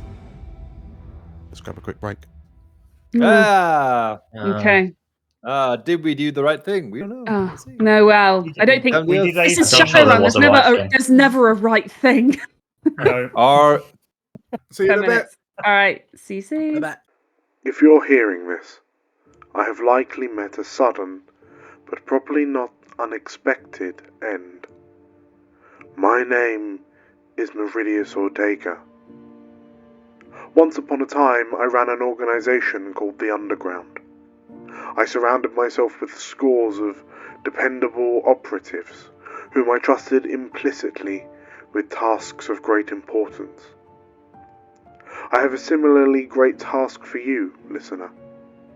In honor of my passing, please like this video and subscribe to the Explorers of Elsewhere channel. The Underground may be dead, but the explorers shall live on. Welcome back, everybody. There was a slight intermission just there, but slight the resurrection, the birth of the Lord of Whispers caused a slight power outage. Glitch in the Matrix, I believe. There was a glitch in the Matrix, but we've come through the other side. So, welcome back. We find you in an underground laboratory, surrounded by obscure-looking equipment. At the center of which is a glass test tube that has just opened. The metallic rings of cybernetic feet ringing out through the space as Project Orlok, or now the Lord of Whispers, approaches you. And as he looks across the four of you, his eyes finish on you, Ellie, and he does a large, sweeping bow. I suppose I have a deal to uphold, don't I? Ellie just looks at him. You watch as the Lord of Whispers' eyes, kind of piercing red eyes, begin flickering and changing shape ever so slightly. It's all like you're watching a terminal processing data. And as he does, sort of like a smile begins to spread over the taut skin of the Lord of Whispers' face.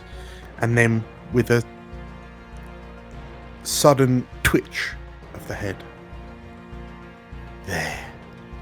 It's done. Ellie immediately goes to her comlink to call Josh. I should warn you. The contents of the heads of the two operatives in your bedsit have just been relocated across the walls of your apartment. It's going to be a bitch to wipe that up. And yeah, the comlink rings. And there's a bloop as it answers, and you hear Josh, Ellie, what's happening? Josh, are you all right? The head's just exploded. Don't worry about them. Listen, you've got to get out of there right now. Go somewhere. Where am I going? Where am I? You've got to go to a friend's house or something. You can't be there. Listen, I'll explain it all when I see you next, okay? Okay. Listen, Josh, you're strong.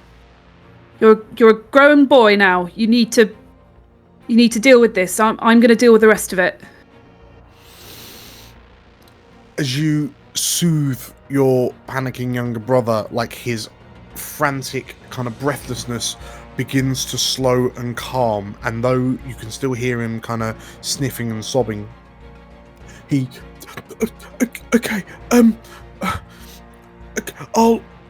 how will you know where to find me? I mean, I don't know. Put me on the spot a bit. I sort of was thinking there would be an obvious place that he would know that we've talked about before that I would have organised with him. I think that's probably what I tell him to do. I'll go to the cafe, he says. All right, good boy. Listen, you did good.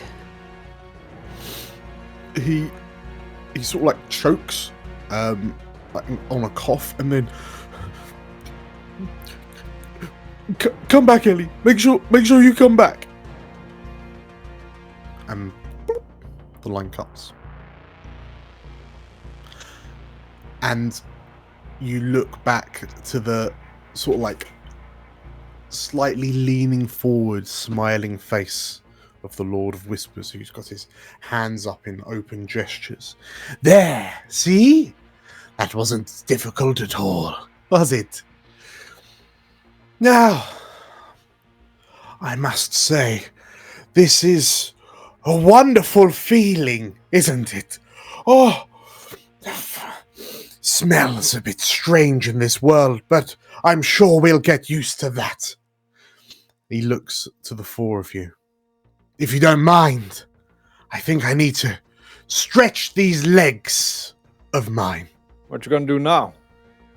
Well, I have so many capabilities that I need to test. There are so many things that I need to find out about. I mean, all yours. Yeah, you go ahead, buddy. We let you out. We gave you this power.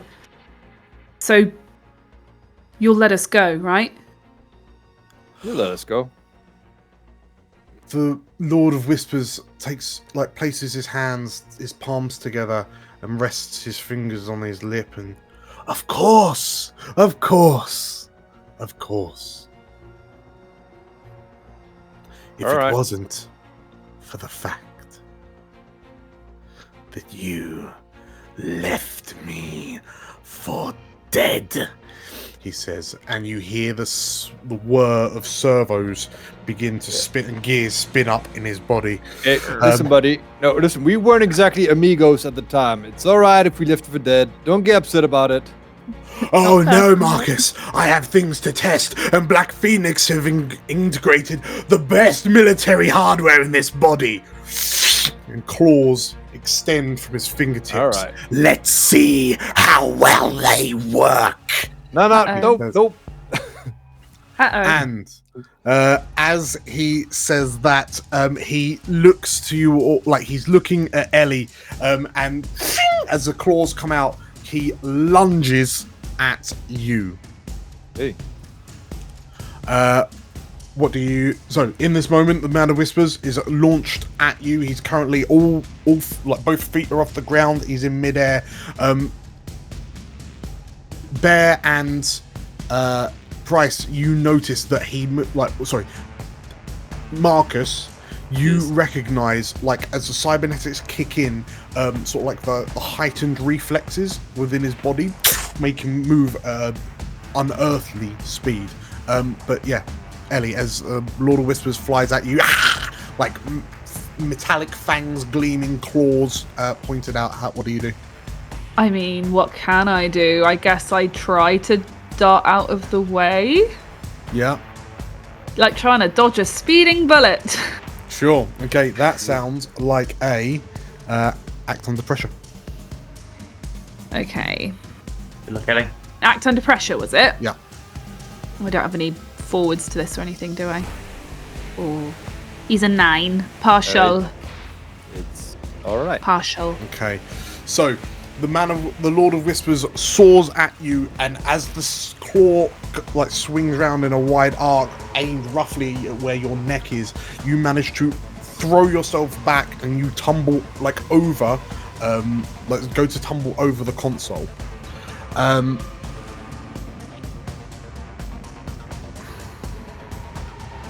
I will let you have the choice of taking the hit and getting slashed, Ugh. or the Lord of Whispers, you manage to dodge out the way, but his claw damages something else. I don't like either of those options because I'm very squishy, but I also need my equipment to save the world. So Bear can heal to a certain extent. Okay. If that influences your decision. Can't Bear also like get in the way of attacks and stuff? I will do if I'm given the chance to, but it doesn't sound like I have the chance at the minute. Which was the amulet I gave you? Was the one to give you extra armor? Yeah, I can activate that, but it will also light me up like a Christmas tree. But it's plus 2 armor. What does that mean? The plus 2 armor? That means I don't take quite as much.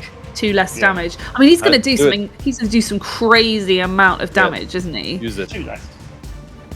2 less. Okay, then I'll take the damage. But I'll activate my amulet that gives me plus 2 armor. So, you all watch as, like, in less time than it takes to blink, the Lord of Whispers flies at Ellie, and there's a scream as, like, his metal claws puncture into the side of her neck and tear forward.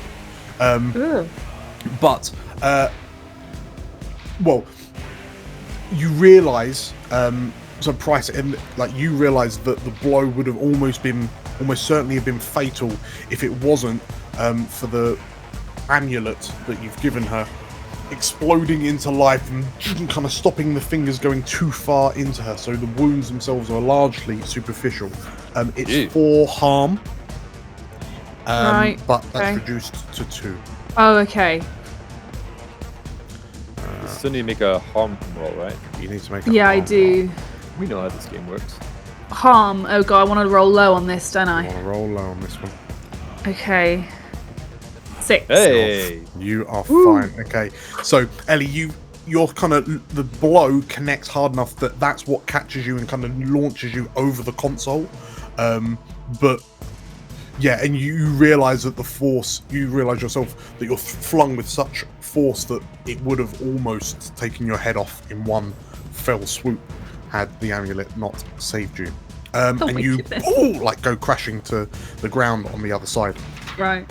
As this happens, sort of like the Man of Whispers turns around, laughs, and sees the 3 of you kind of grouped together, and like as he pulls his hand back and the blood, like Ellie's blood, streaks and kind of floats in the air in front of him, and it begins to, like lightning begins to crackle between the blood drops as he goes to cast a spell. And looking at the 3 of you, he looks like he's going to fire some sort of electrical discharge in your direction. Tell me, the 3 of you, what do you do? Shoot. You gonna many shoot? rounds. Shoot many rounds. Okay. Into him. Okay, what's your objective of the shoot? Harm. You just put in bullets in him. Okay. Yes. Price. Sleep. Price. I would try and put up some sort of force field thing in the way. What have I got here? Have you got a force field thing? Yeah, I can place a barrier or wall around a small area. Oh, I'll try and bubble us. Yes. Okay. Okay. And Bear. Okay. Yeah, changes what I was going to do. So we're going to be in a sort of bubble thing. Oh, I don't know what he can do, really. I guess he really just wants to interpose himself between the Man of Whispers and maybe the squishier people. So, Price, I guess, if I'm staying in this bubble and Ellie's off somewhere else. Okay. I mean, you reckon that Ellie is now behind the Lord of Whispers. Yeah. You suspect if you were to kind of duck out and run round, you'd be able to get to Ellie. But yeah, if I can put myself between Ellie and the console and the Man of Whispers, that would be good, because then she can do her thing. Sure. While I'm sort of protecting her. Okay, so we'll do this in sort of like order. So, Price, roll me a magic roll, like cast a spell. As you try to bring up this shield to protect against the lightning. So you want me to roll a manipulation? If you roll me a cast a spell, yep. There you go. Okay, it's success. So, what does this look like specifically? Well, is it like a lightning thing he's throwing at us? So effectively, it's a very kind of Darth Palpatine. If like need be, the sort of barrier is going to put up bits of all the floor in to sort of like ground the electricity back down into the floor, like those are sheets of flooring just pulling up from all across the room to create like a rudimentary metal barrier. Sure. So, do you want to prevent future harm to yourself or another equal to your magic plus arcana, and because you've rolled a 10, you can adjunct it to split it, so you can protect like everyone behind you. Yeah, we protect everyone. Okay. In which case, so as you pull up chunks of floor and telekinetically grab things and pull them in front of you to kind of act as a barrier, like metallic objects to channel the electricity. If you're going to protect more than just yourself, you will need to adjunct it to make it cover more people. So using one of my arcanas. So you can either,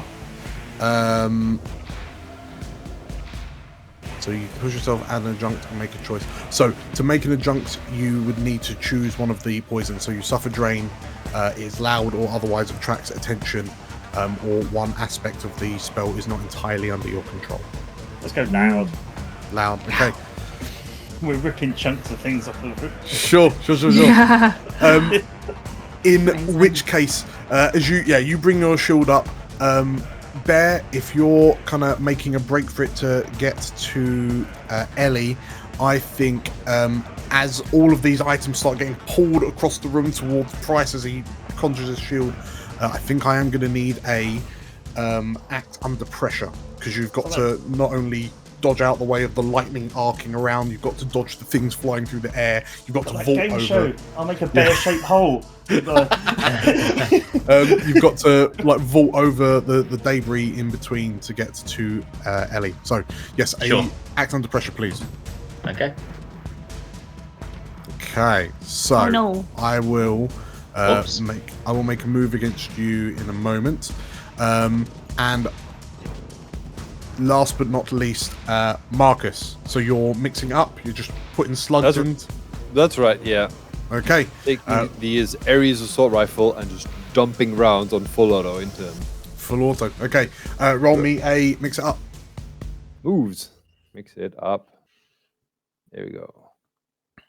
I am using synth. That's right. Let's go. 8. Something. Okay. At this point, so you've rolled an 8. You have to choose 2 of these. But I am going to remove you make too much noise, advance the relevant mission clock, because that ship has long set sail. So you take harm as established, an ally takes harm, or something of value breaks. You choose 2 of them. All right. Something of value. What do we have of value? Okay, no, I take harm and ally takes harm. Okay. Who is your ally? Bear? Who have you got more links with? Bear gets shot. It makes sense for it to be me, because I'm making a break out of Price's bubble, aren't I? Sure. Okay, in which case, as you hear like streaks of electricity fly out from the Lord of Whispers towards you, Price, as you ring up this shield. Bear, you've kind of made a run, like you broke out to the right to loop rounds to get to Ellie. And Marcus, as you step out and sort of like find an area in the defenses that Price has put, and you just flick with the thumb onto full auto and brace yourself, and the lightning arcs forward into the barrier, and then begins to sort of like crackle out towards you and Price. The lightning will still hit you for 3 harm, but I believe, Price, your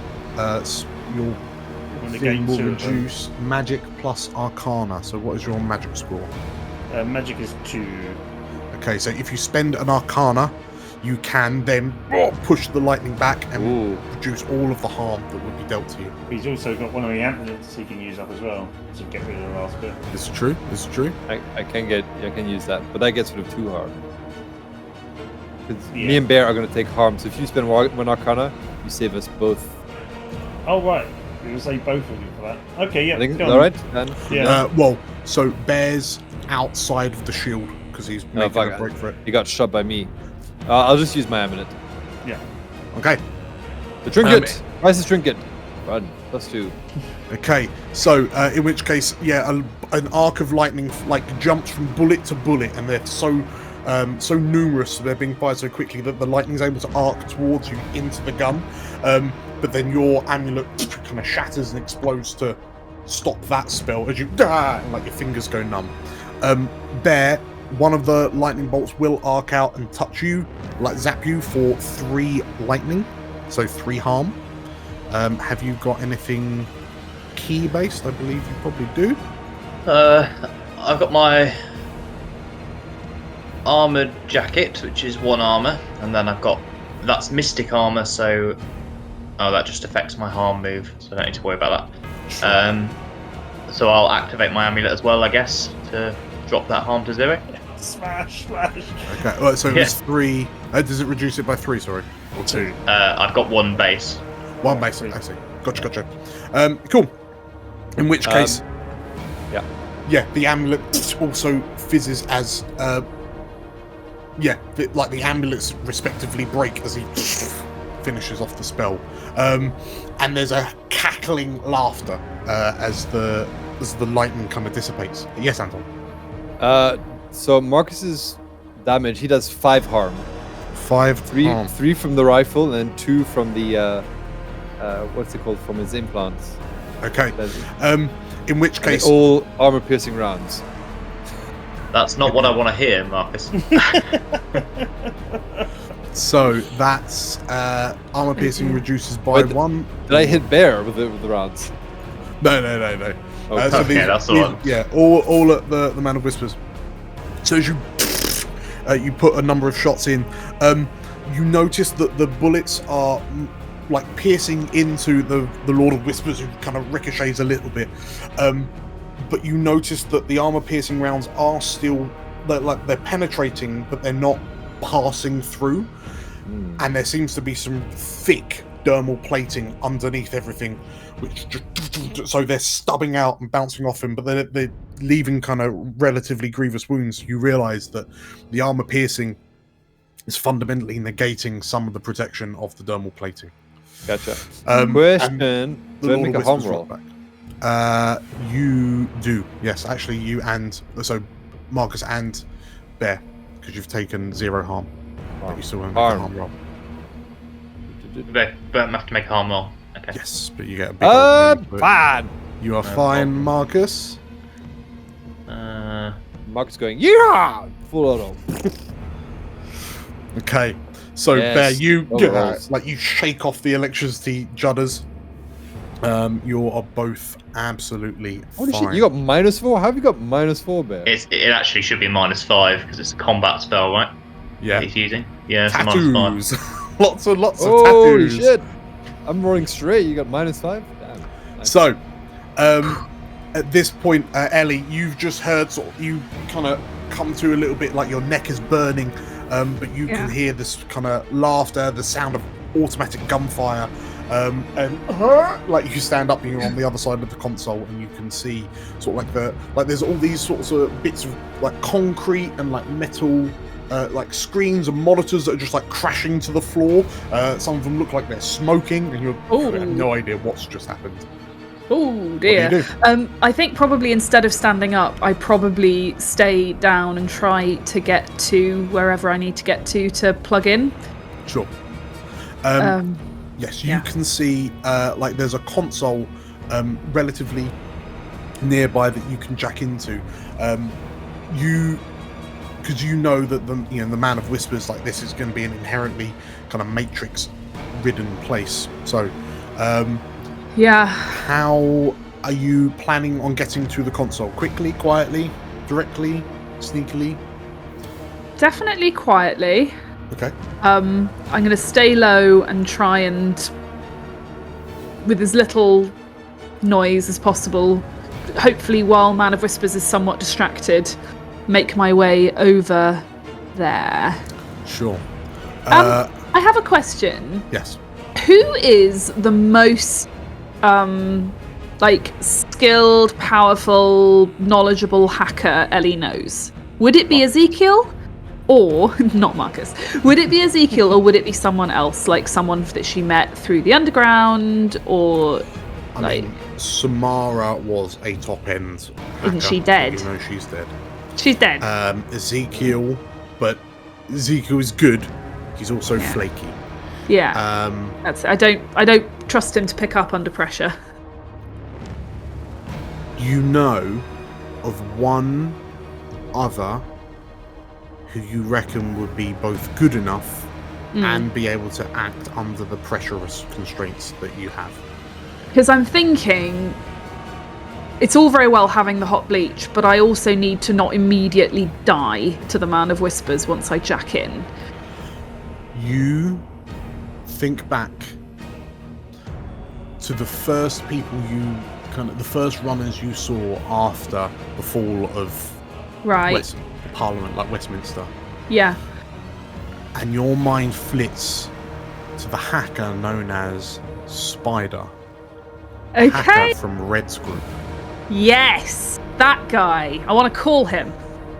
You remember the last time you met him, you're pretty sure you kicked or punched him in the balls, but... Yeah, I did that. That's fine. We got over it. We got past it. So, are you patching through to... Yeah.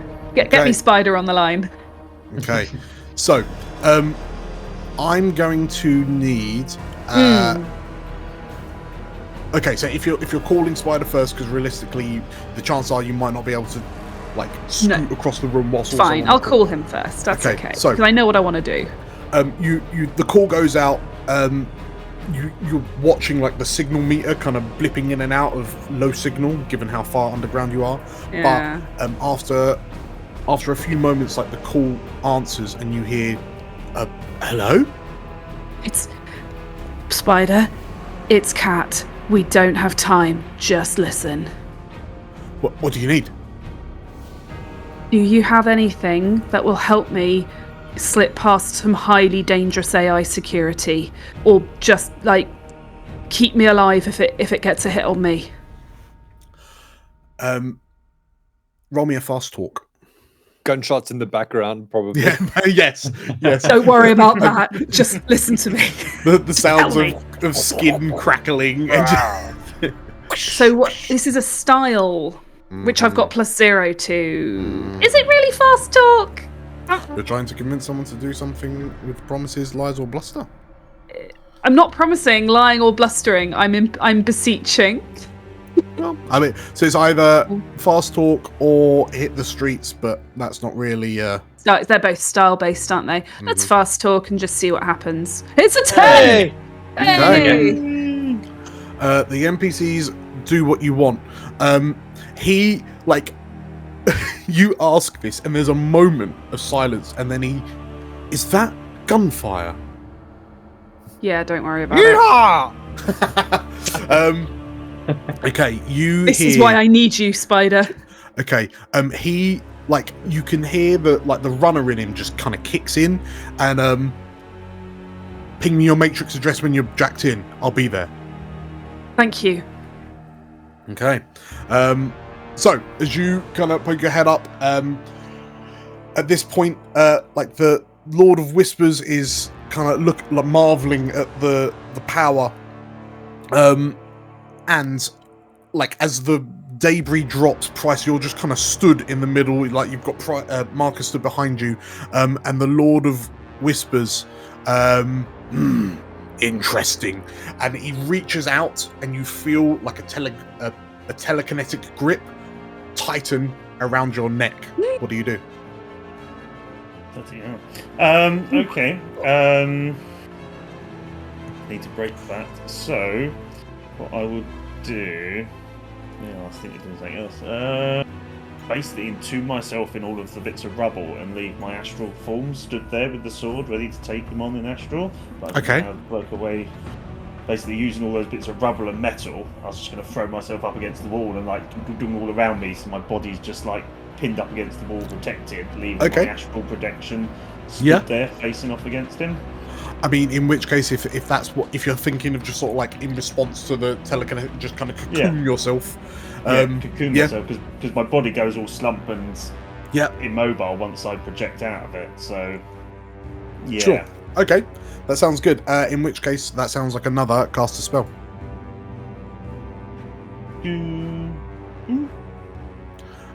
You've rolled a 9, which is a partial success. So you successfully cast a spell, but you'll need to choose Suffer Drain.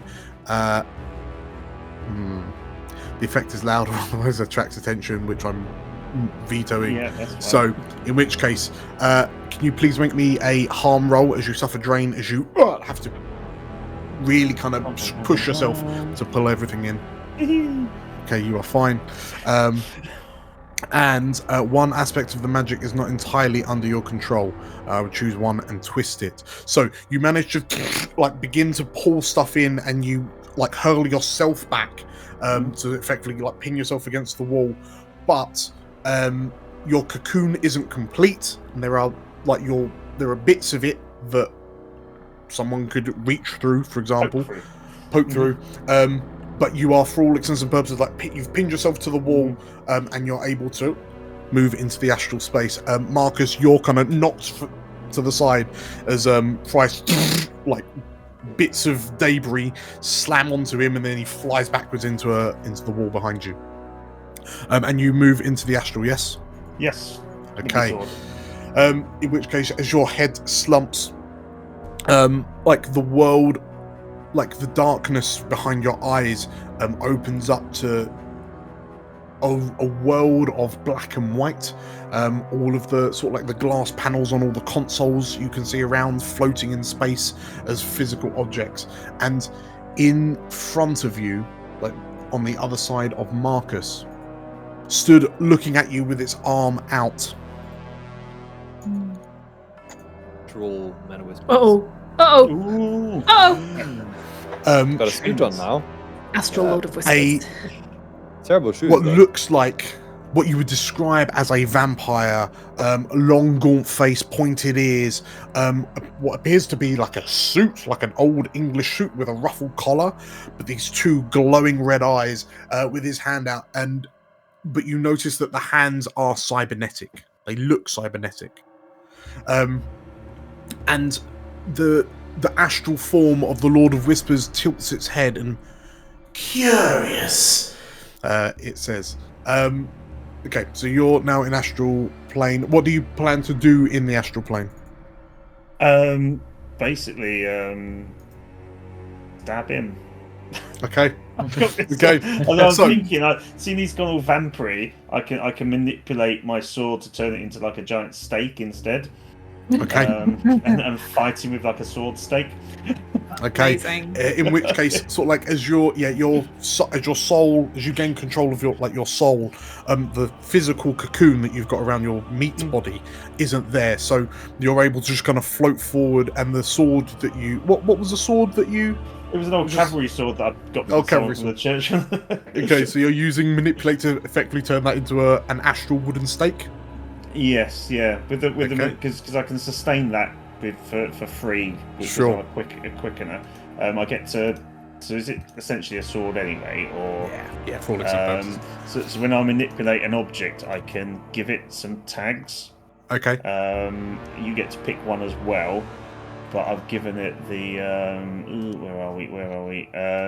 Explosive and messy tags. Yeah, it comes with messy anyway, but I've given it quick and AP, and then you get to pick one as well. Ooh, okay. And where am I? Am I looking any of those here? tags you've got in the you've got. I think you should have an explosive sword. I'm going to give it. I've always got with breach. I'm going to give it the. What is effectively like the intimate tag, as in you have to get in close to be able to use it. Right. Okay. Don't you just want to get intimate with that handsome face with his glowing red eyes? Effectively, as you kind of float in a void of sort of like black and white panes of glass, and the sword more like shrinks down into a traditional Bram Stoker-esque wooden stake. The Lord of Whispers' vampiric form smiles gleefully at you, two sharp, like the vampiric fangs gleaming in astral light. Bear, you've kind of picked yourself up. You're a bit groggy. You can see Price is now cocooned on the back wall. Marcus is rapidly trying to reload. What do you do?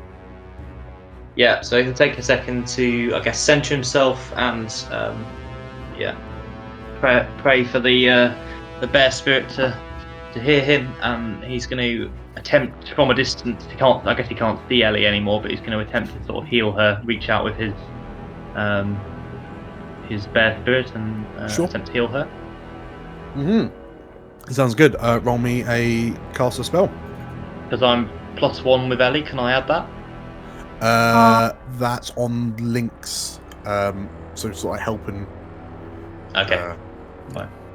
Fair enough. In that case, I'll just get a +1, so this might not work. A 9. Okay.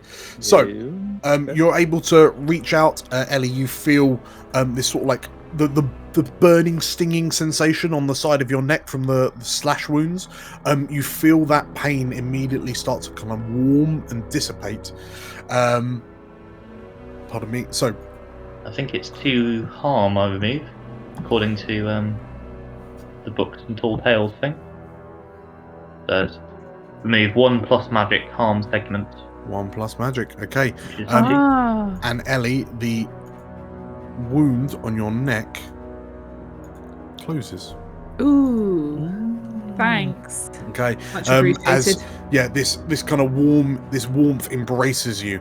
Bear, you do, however, have to suffer drain, and one aspect is not entirely under your control. It'll twist it. Okay, what I'll do, Bear, if you can make me a drain roll, so like a harm check, please. The normal harm check. Yes, please. Okay.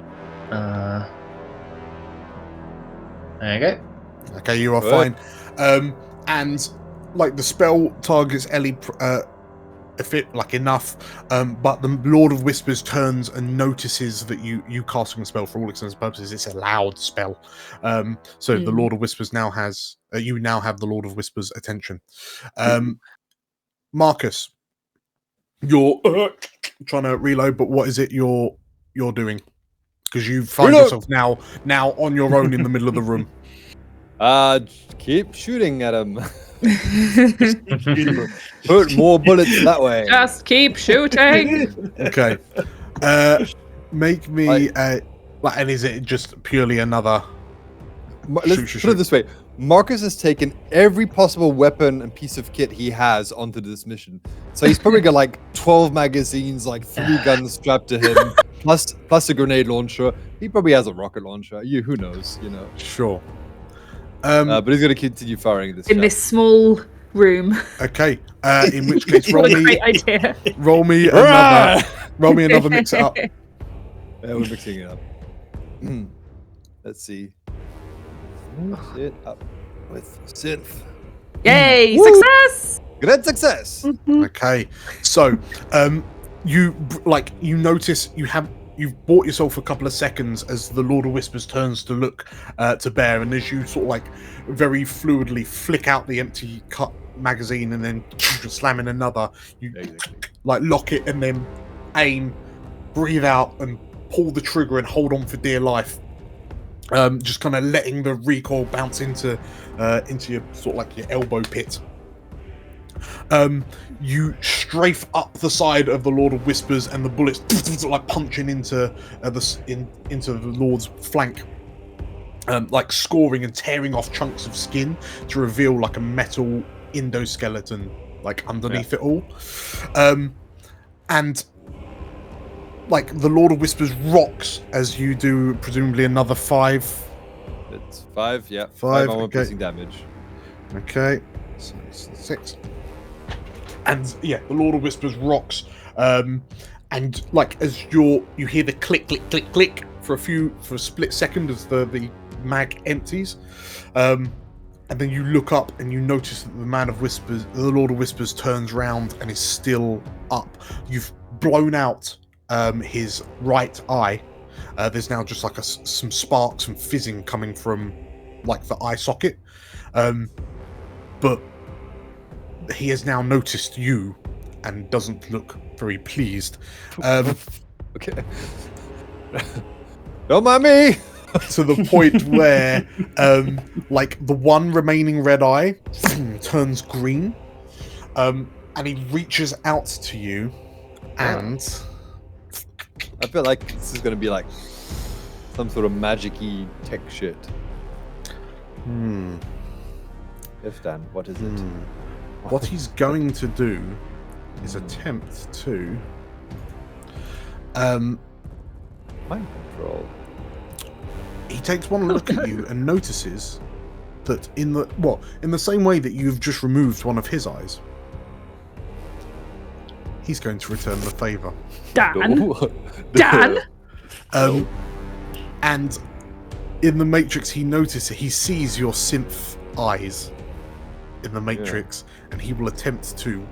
Well, he's going to shut them down and blind you. Shit. Hang on, he was hitting us even when he could see.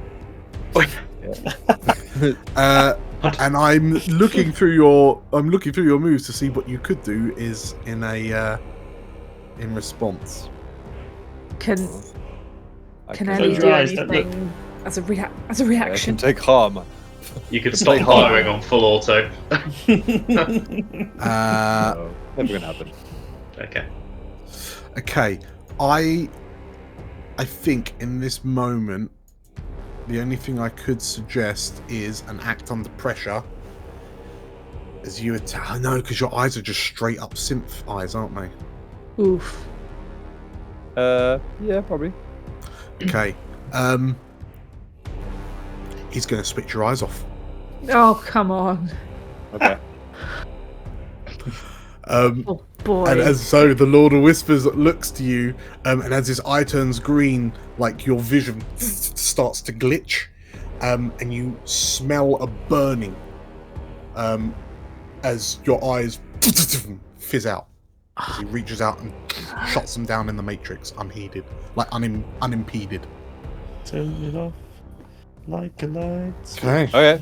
All right. Wow. Ellie. Hey, who turned off the lights? Hey! Spray and pray. I'm gonna keep shooting. Oh no! I need to. Ellie, Can I get his eyes back on, please? You've just heard. I'm never going to actually fight the Lord of Whispers. I'm just going to be Turning him off and on. situations. Yeah, on either get his eyes back on or turn his gun off. Either is fine. This is what you get. Yeah. The epic battle of the two of them just flicking a light switch all game. Oh, Turn the lights on. Oh. I don't know. I need to do a quick threat assessment. Is it worse having Marcus's eyes off or not dealing with the Man of Whispers in the Matrix? Well, Ellie, you're able to scan the area, and you know that, like, from the sound, from the cries coming from Marcus, he's just had his synth eyes fragged by the Lord of Whispers, and he can only do that via the Matrix. Sure. Yeah, I've got to deal with that. Deal with it. Okay. Can I? So distract as the Lord of Whispers are sort of very distracted, shutting down Marcus's vision. So you're able to scoot across to a nearby console without having to kind of worry too much about being detected. Sure. Okay. And you're able to jack in. Is that? If you so wish. Can I deal with his eyes from there? Do you think? Is that what you're implying? Hopefully. Hopefully. Right. I mean, you realise that the Lord of Whispers has a Matrix presence which is currently running around. Like, Marcus is so synthed up, he's just going to get torn apart in the Matrix. Oh no. Right. Okay. So I have to get on with it. Who knew? Could have paid for better cyberware, but I did. I've jacked in. Okay. If you roll me a Council Cowboy as you jack into the terminal and it's an 8. It's partial. Okay. One hold. Okay. One hold. So you gain 1 hold. I'll leave this token here. Yep. Okay. So as you jack in, the world around, like the Matrix constructs around you, it looks very similar to the space that you're in, like visually. But there's a distinct sort of like Cold War-esque bunker vibe feel to it. It just feels very cold and like dirty in comparison to the relatively clean clinicalness of the meat space. But as you jack in, I want to ping Spider, don't I? As I jack in, you want to ping depending Spider. On what the first thing that happens is. If it all seems clear, I'll ping Spider. If not, I'll deal with whatever's there to greet me. As the world materializes, you realize that you have one other occupant in the room. Of course. Yeah. Oh, there he is. Oh. And wearing what a dapper chap. Wearing the red suit, the white ruffled shirt that you've known him to wear, but you notice that the hands and head, like the head, is now that of what you would describe a vampire. Bald, elongated, pointed ears. It is clear that his matrix form has evolved. Okay. Whew, there he is. But currently, appears to is currently kind of holding a hand out again, still kind of cackling with laughter. But you can see sort of like the digital signatures of Marcus's synths just kind of move, flailing around. Two of them distinctly kind of, effectively like black iced in front of you. Okay. Right. Was that my action? No, my sort of everything I can do? Okay. Okay, so my icebreaker ability is not going to do anything for Marcus because it says once per matrix run, you may cancel a routine executed against you, your deck, or your programs, and Marcus is none of them. So, is there another way I can turn his eyes back on? Well, actually, no. Tell you what, while everyone's distracted, I'm going to ping Spider. Okay. That's probably the best thing to do. In which case, you send off your location, and you watch, like you can hear, your meat ears can hear Marcus like shouting, but it sounds like it's a long way away. But like the rasping metallic laugh of the Lord of Whispers kind of starts to drown it all out. But as you like fire off this flare, if you will, the Lord of Whispers straightens and the matrix form turns to regard you. There you are, it says, and you can hear the laughter still going off like distantly as you realize that the matrix form is separate from the meat form. Hi. I thought maybe we could have a more reasonable chat here. Of course. The Lord of Whispers says. We will jump back to Price. So you find yourself floating in astral space in front of the astral Lord of Whispers. Like as you kind of get this stake like in your hand, the Lord of Whispers flexes his fingers and a long rapier like extends from his palm until he grips it. No, that's cheating. He drops into a defensive position. What do you do? I let him charge towards me, and as he runs his rapier through my chest, I sort of like in agony, but then he falls through me because I create hundreds of illusions of myself as I start to wade in on him with loads of different illusions that he doesn't know which one I am, so I can try and get the opportunity moment to stab him with the stake in a bit. That sounds like an illusion roll. An illusion roll. And so I'll take one of my arcanas for a +1 to it. Love that idea. Okay. Because I don't want this to mess up. Yay! 13, you don't need it. Okay, well, 14. Okay. So, Miss Ben. Many price. Okay. So, the Lord of Whispers, flies forward, red coat billowing out behind him, and the blade flies is bang on target right between the eyes of the Price that he skewers. The illusion over there going. And then there's a moment where the Lord looks a bit confused, and pulls the blade back, and the illusion vanishes. You have an opportunity now to counterattack. Is that an astral combat? That sounds like an astral combat. Oh, we've done this before. No, I've never done that before. No. Okay. And as you kind of you pause for a moment as you're horrified with the sheer ferocity of the attack, but as you kind of pull yourself together and fly through at the speed of thought, to plunge this stake into the Lord of Whispers, he spins and slashes out with the rapier in response. So I'm going to counter that fail with a harm check, a harm move. You take 3 harm. Not very nice. I'll activate my little gem to take 2 of those away. And does body armor count in the astral? It does not. Oh no! Worth questioning. Gotta pay extra for the astral. Yeah. So I'll take 1 harm, yeah? You take 1 harm and a harm roll, please. Oh, yay. I don't know what the harm roll does. It'll make things worse a bit, right? Yeah. Oh, it does stuff like that. Oh no! Price, you've rolled a 9, so please choose 1. You lose your footing. You lose your grip on whatever you're holding. You lose track of someone or something you're attending to, or someone gets the drop on you. Oh, let's drop the stake. It's more dramatic. Okay, so he slashes out, and as he rakes across your forearm, you like panic, and the stake kind of just falls and clatters to an invisible floor by your feet. And this vampire's face like pulls itself into a vicious snarl. Bear. Yes. Marcus is now flailing because he can't see. You've just seen Ellie like make a break for a console, and you've seen her like pull the lead out, jam it in, and go slump over a console. Price is cocooned on the back wall. What do you do?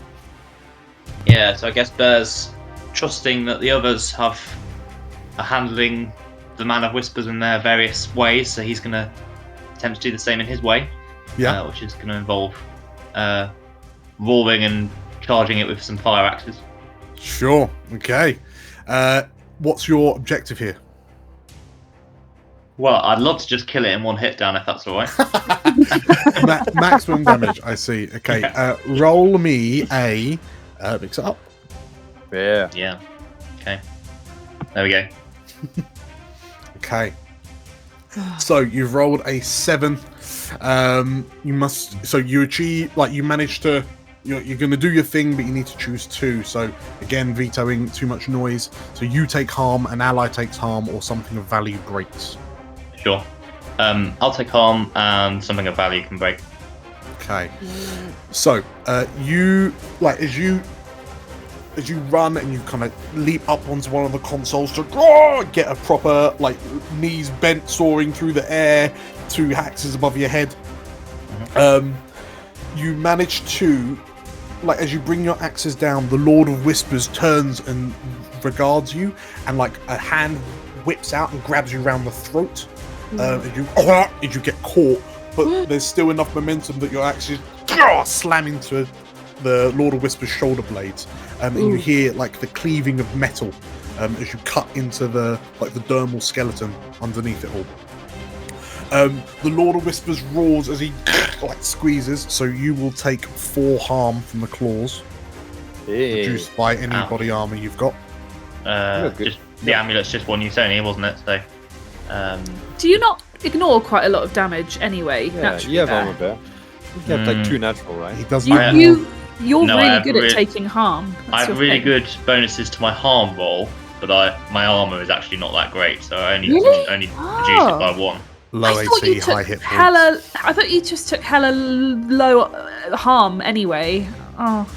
Yeah, so take 3 then. 3. Okay. No. And so yeah, he grabs you. You slam your axes in. The Lord of Whispers like roars out, and there's this like loud metallic kind of ring to the roar, as there's kind of the voice amplification units are a bit on the frizz. Maybe one of them's caught a bullet, and sort of like the face again like tightens into a scowl. Like one eye looks a bit. It's sort of like frizzing from the hole that Marcus has put there, but as he grabs you, he then like jams the fingertips into your gut. So you take 3 harm. Can I please have a harm roll? Yeah, I'll do my best. And how much damage are your axes doing to him? 3 damage. 3 damage. Okay. Oh. Okay, you are fine. Thank goodness for that -4. Yeah, absolutely. You're rolling high on that. But okay, so you've got your axes lodged in, and fundamentally, like as the arms come back, drive the axes a bit more, and the arms seem to be a bit limited on the movement because you've kind of pinned some of the servos and sort of like gears underneath in place a little bit. Sure. But like, I'm just going to leave the axes in there, actually, Dan. If that's if that's going to slow him down, I'll just let go of the axes and. Absolutely. In which case, as you let go of the axes and sort of grab his wrist, because you can feel the grip tightening around your throat. You can feel the points of his claws starting to dig into your neck on either side.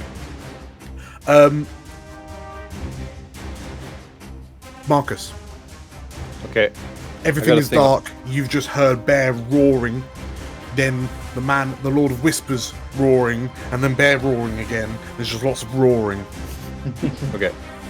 And his eyes smell like burnt tacos. So yeah. I'd like to try something. Yes. So Marcus has a neural interface with targeting suite in his brain. Yes. And he also has linked weapons with scopes on them. So my question is, can he disconnect his eyes and connect directly to the scope to see via the scope? And so you just, you can see via the scope essentially. Amazing. You will feel as if your face is where the scope is. He's just going to shoot like this. Price! He's going to prod people with his rifle. Why are you so close, Price? Everyone will come into view with a very sharp, sudden... I am really liking that. I love it. Yeah, that's cool. I'm going to say in that moment, because you've got to keep a call, like you've just suddenly been blinded, you need to keep your cool while you kind of effectively reroute things. Roll me in act under pressure. Okay. Question. I have synthetic nerves that give me a +1 forward to act under pressure. Mm-hmm. Would these apply? They kick in. Yeah. Yeah, baby. All right, cool. Act until they get turned off. No. They were cheap. I get a +1 to that forward. All right, I get it. Nate. I stumble and flinch. Partial. Hard bargain, ugly choice. I can see which my scope. Which weapons are you scoping through? It's gonna be the assault rifle. Okay.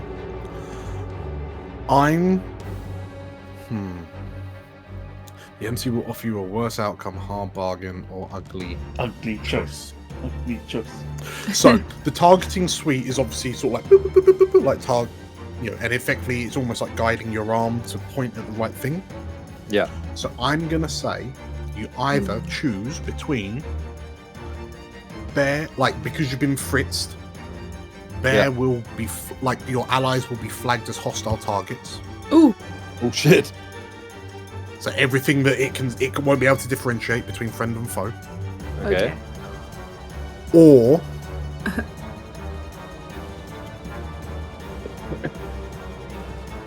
you get one go. One go, one shot. Yeah. You might be able to see how to reload properly. If you can only see through the scope, can you actually reload it all without... He can reload in his sleep. He's drilled this. Okay. So either it only works temporarily, right? Or everyone's in the line of fire. Everyone's in the line. Okay, so I just spray and pray, and it just goes all over the place. We don't want that. I feel like you've already made your mind up. No, we're gonna do temporary. Okay. We're gonna get one shot. Yeah. Right. In which case, you manage to kind of reroute, and it's a weird feeling because you're effectively, it feels like you're almost closing your eyes and imagining the scene in your mind. To the point where the image, it's almost like you're picturing the room in front of you. You're picturing the sounds, you're picturing what the Lord of Whispers holding Bear by the throat. You're picturing sort of just over behind those consoles, Ellie kind of slumped over whilst jacked in. And there's this point where you think, you almost can't trust implicitly on what you're seeing, but you also notice that whatever kind of black ice attack the Lord of Whispers has inflicted you with seems to be spreading through other parts of your synthetics. And we'll come back to what you do with your one shot in a second. Okay. Ellie, in the Matrix, you see, like, the Man of Whispers looks to you, and I'm pretty sure the time for talking has passed, he says. He looks like, I think I need some, he pauses for a moment, and I don't think it's fair that only you have friends. And he sort of like points down to the ground, and you watch as he digitally compiles what look like 2 large black hounds with flaming manes. Oof. And Sounds you nice. realize, like, you've heard stories of hellhounds. But these seem to be Matrix reconstructions of them. Yeah. And then, like, they're on leashes, like, leashes form into the hands of the Lord of Whispers, and then he looks to you with a smile before dropping the leashes. And the hounds begin charging at you, flames licking out the sides of their mouth. What do you do? Has anything come in from Spider? Not yet. Oh, great. I either fight or run. I'm not feeling very happy about my chances, as is. Can I take flight through the Matrix, please? I basically need to get to a point where I can drop the hot bleach. Sure. I mean, for all intents and purposes, now you're in the Matrix, the hot bleach, which was effectively like a USB stick, now looks like a syringe. Cool. What do I need to get to him? A high-grade syringe. Is that what I need to do? I need to put it in the Lord of Whispers? Do I need to find a place that it goes? Know, like, you've been told that hot bleach, whatever you inject it into, it will deconstruct and decompile that. I mean, you could ram it, you could just stab it into, like, the ground, or, like, plug it in here, and it would deconstruct the Matrix. But then the Lord of Whispers, would just reconstruct it. Yeah, okay. He is the hostile. I need to program. go for him, don't I? There is a cyber combat option. Against him and 2 hellhounds. Would you recommend it? You got it. You got it, Ellie, yeah. Oh, I got it. It's the two hounds are the most pressing issue. They are. Versus dog, see who wins. Do it. Right, Yeah, so I guess better to take them on than the Lord at this point, when I haven't got anything special to deal with him with, apart from my hot bleach. So yeah, I guess I'm gonna engage in cyber combat. Okay. With the hellhounds. Yeah. I've got +1 edge. Why is this edge? Why isn't it mind or synth? Oh man. Okay, I can try. It's an 8. Okay.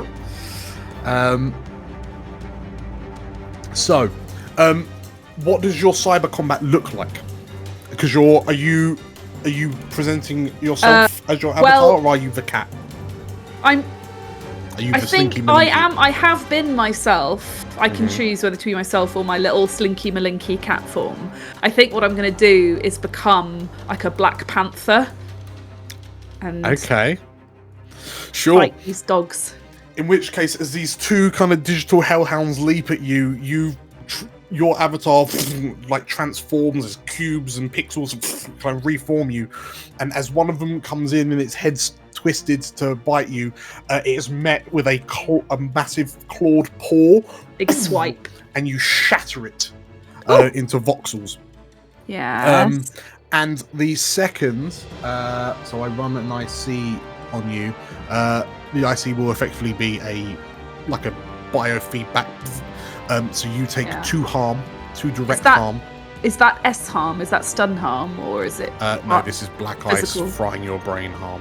Right. 2 as harm. you take out the first hellhound, the second one sort of like like comes around the side, and there's a gout of flame from its maw. And as you kind of bring your paws up to shield yourself from it, you feel the heat kind of scorching like your mind. As you and Ellie in Meat Space starts like thrashing as the black ice, as this hellhound black ice does its thing.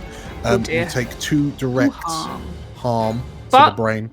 Smashed one of the doggies. Smash one of the doggies, and a quick and sort of as you pull your paws down, you manage to leap forward and grab the second hellhound and shake it like a toy, and it also dissipates. But please roll me a harm roll. Yes, a full-on regular harm roll, eh? Oh gosh.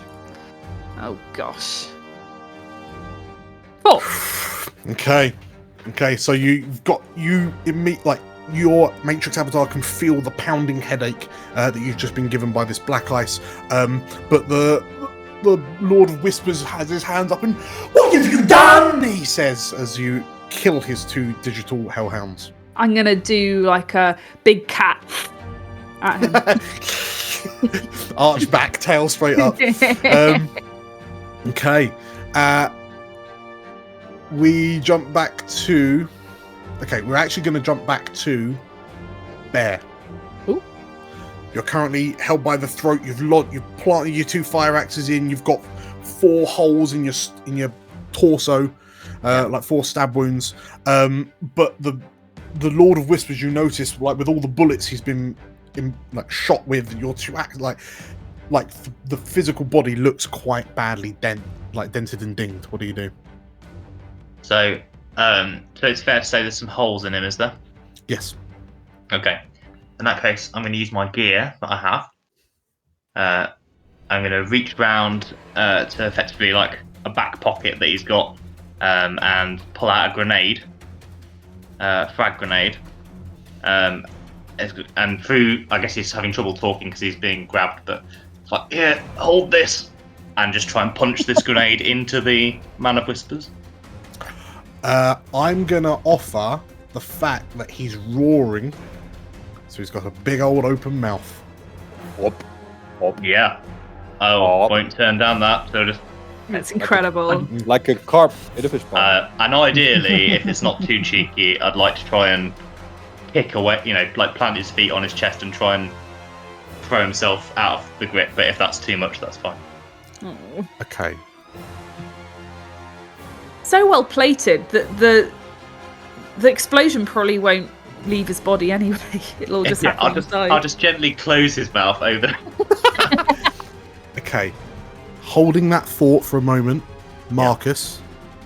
Yes. You, in your dream state view, can see what looks like Bear going to lodge a grenade into the open mouth of the Lord of Whispers.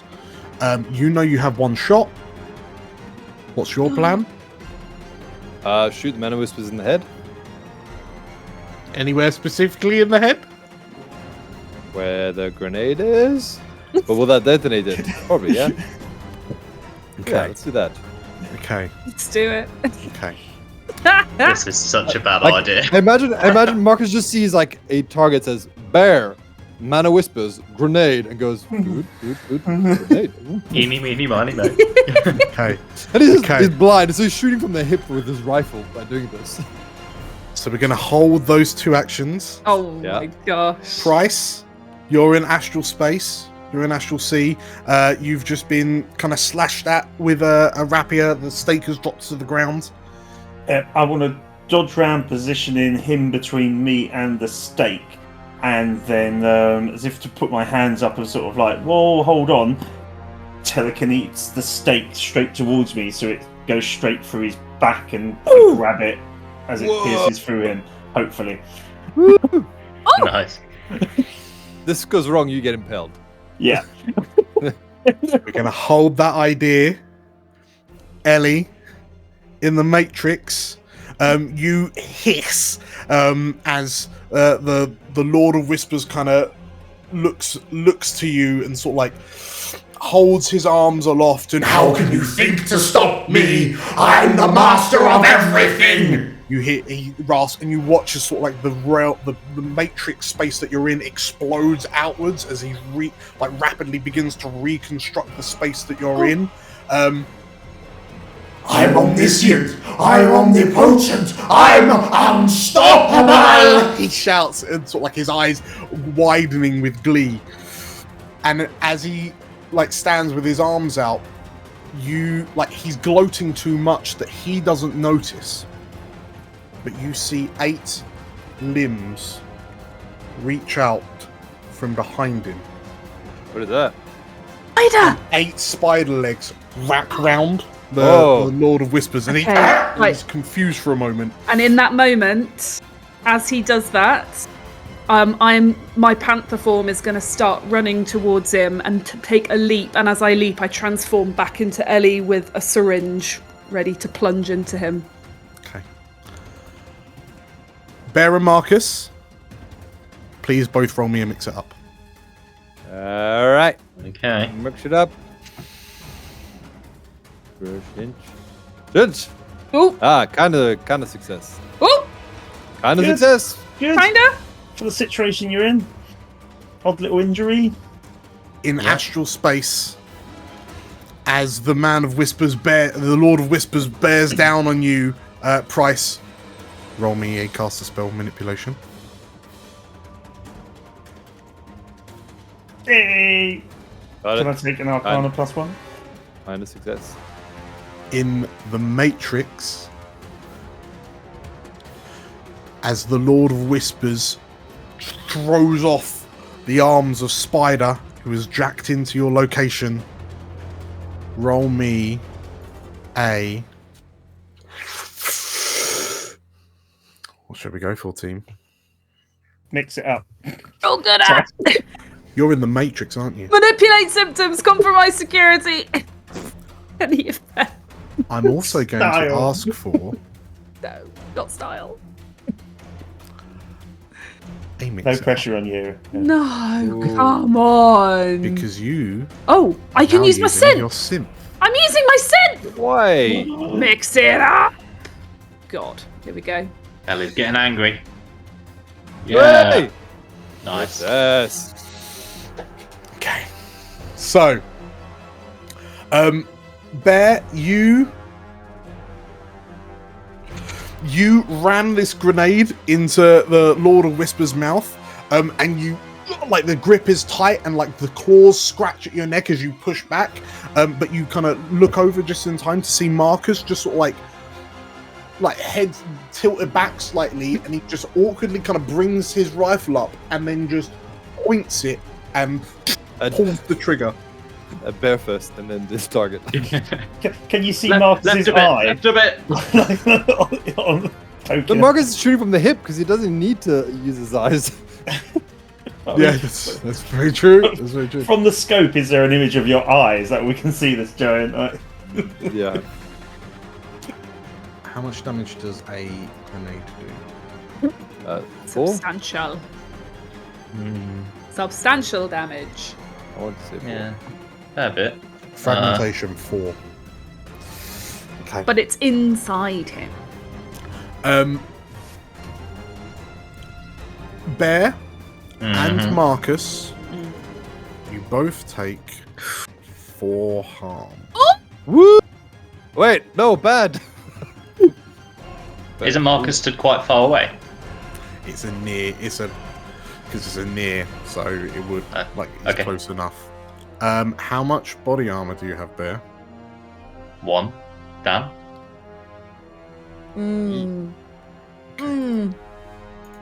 Can Marcus heroically try to take more part of Bear's share? How much armor do you have, Marcus? I got 2. Okay. Eat. Bear, you look and see Marcus, and you realize in this moment, you're, for all intents and purposes, keeping the Lord of Whispers in place. And rather than try to pull out of his grip, you like seeing where Marcus is pushing, you push your feet out, your legs out, which pushes the Lord of Whispers' head back.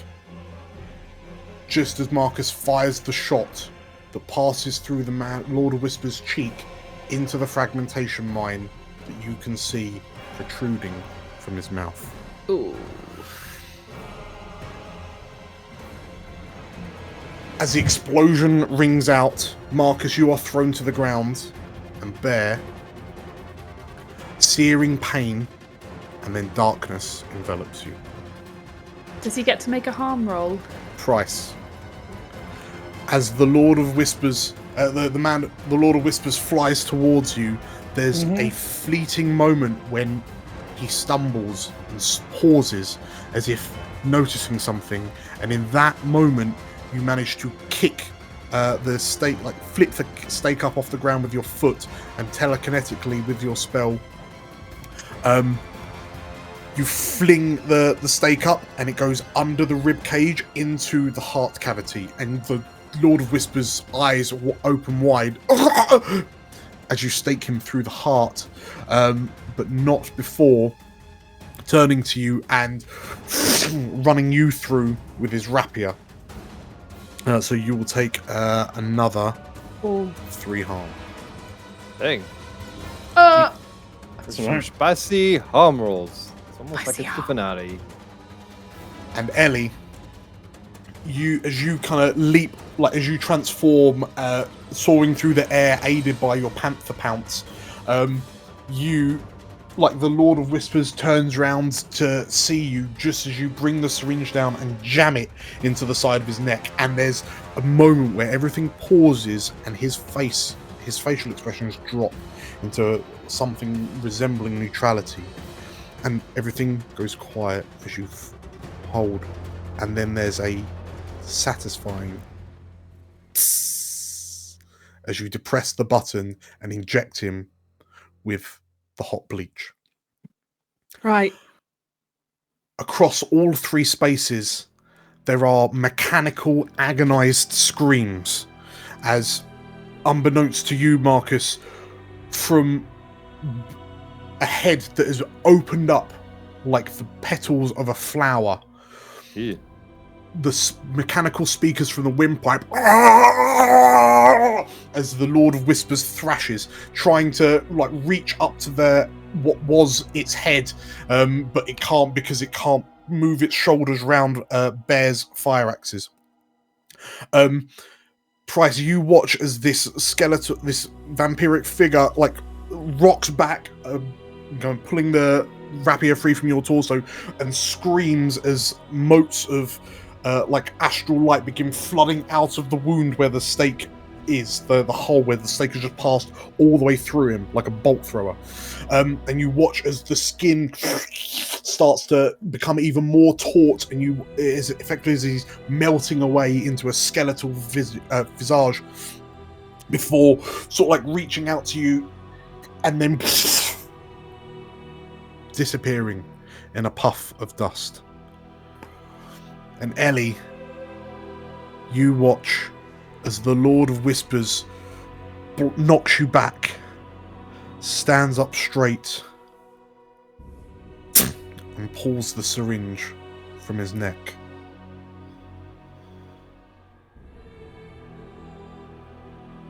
And as the world around you begins to melt, I'll be seeing you soon, Ellie. As you watch as the avatar in front of you begins to glitch, the hand holding the syringe flickers in and out of existence, and you hear a clatter as the syringe drops to the ground as the Lord of Whispers looks, and the hand decompiles and glitches, and he looks to you, and there's a moment of seeming peace on his face before he and vanishes from existence, leaving only the avatar of a spider behind it. What do you do, Ellie? I assume we have to get out of here quite quickly? Is the whole place melting? The whole place seems to be deconstructing, yes. I give Spider a nod and try to jack out. Sure.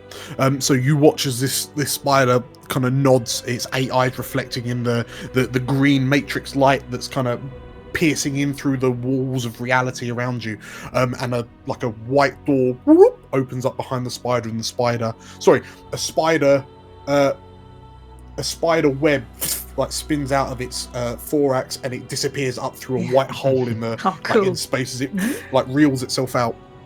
And as you turn, you also begin the operation to jack out. Price, are you returning to meet space? Okay. Yeah, definitely. In which case, catacombing myself or cocooning Price, myself. as you kind of come to life, and you feel your the cramped conditions you find yourself in, and the bits of lab equipment start falling away, and you kind of drop to the ground. You look up and see Ellie rousing herself and pulling the data jack from behind her neck, behind her ear. You can see Marcus kind of holding himself, staggering over and holding himself on to something, just sort of looking around a bit, confused. On the floor past Marcus is the now headless Project Orlock, Lord of Whispers. But emerging from a nearby console, a scorched console, you see a foot. It's Bear's foot. Is the body attached to it? Guys, we need to help him. Is Bear attached to the foot? Come on, help Well, I don't want to derm traum the foot and find out the rest of him's not attached to it. Well, that's going to be the biggest mistake. I think we'd all. Wait a minute. As soon as we realised, I think we'd all run over and start trying to pull equipment off him so we can see the state of him. Yeah, I've got tons of derm patch things.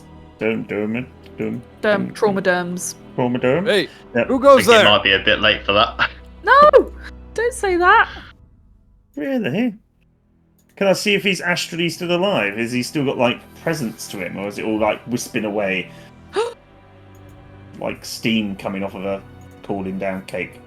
Bear, where you at? Cat, Price. Can't see a damn thing. It's dark as hell. We got him. Got him what? Tell me where to shoot. Cat, Don't shoot anything. Stop. Sort out the blind one. I'll get Bear. Okay. Go and try and manage Marcus. All right, I got him. I update him on the situation. Probably got him at death as well. Is there any way I can try shouting, astrally grab Bear's spirit back into his body? Price, as you rush forward and your eyes turn white as you begin to astrally perceive, you look around and you see motes of astral energy beginning to dissipate around what you know to be the now corpse of the Lord of Whispers. Bingo. I'm trying to grab Bear's essence. But there are only 2 glowing orbs alongside you. Oh dear. You know those to be Ellie's and Marcus's. As you look down to where you know Bear should be, there is only darkness. Oh no. Is there any way I can reignite that?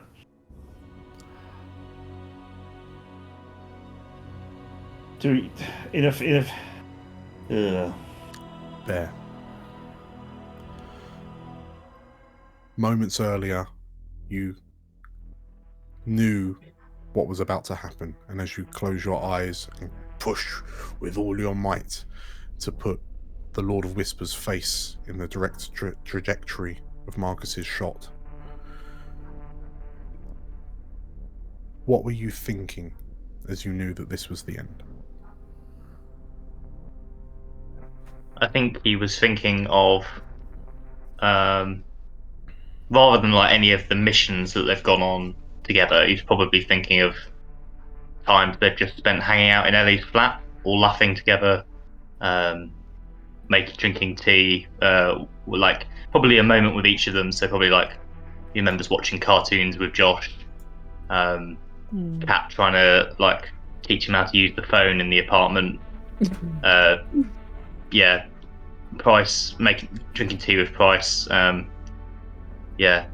Fixing my car. Yeah, fixing your car. Yeah, yeah, and probably like out drinking with Marcus and getting in bar fights. Oh yeah. Just like those sorts of little moments where he kind of remembers that these people are his family and that they're sort of worth what he's doing. Sure. As you feel your life essence leaving your body through the various wounds that have been inflicted upon you, and there's the flash of light as the fragmentation grenade in the Lord of Whispers' mouth detonates, and you welcome what is about to come. There is a violent shake, and then there is nothing.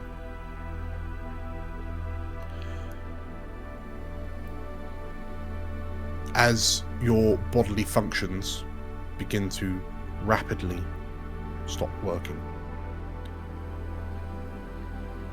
you have one final image that you're cognate enough that you are confused by it, and you notice that it is a scene from a previous life that you have once forgotten. What is the memory that Bear remembers in these final split moments of the dwarf he was before he was Bear?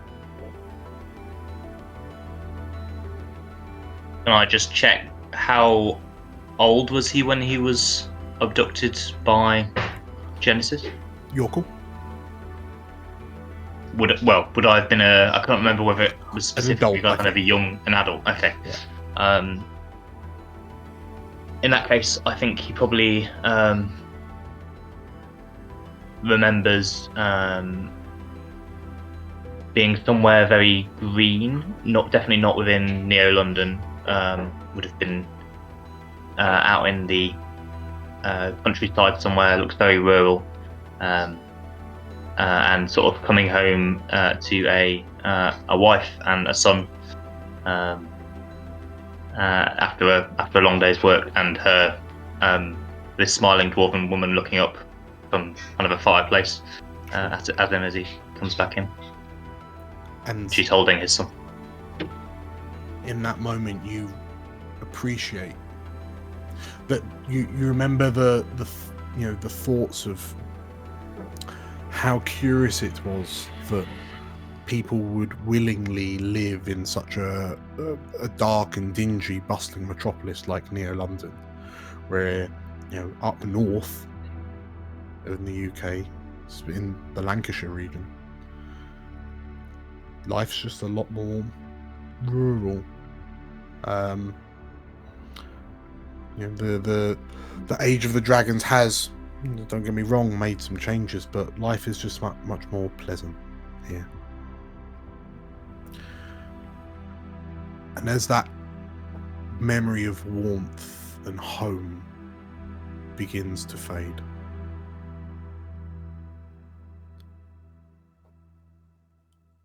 a growing white light fills your existence, your reality, and you feel like you find yourself looking up at this light as you're drawn towards it. But it begins to take shape into a white silhouette of a large, protective mother bear.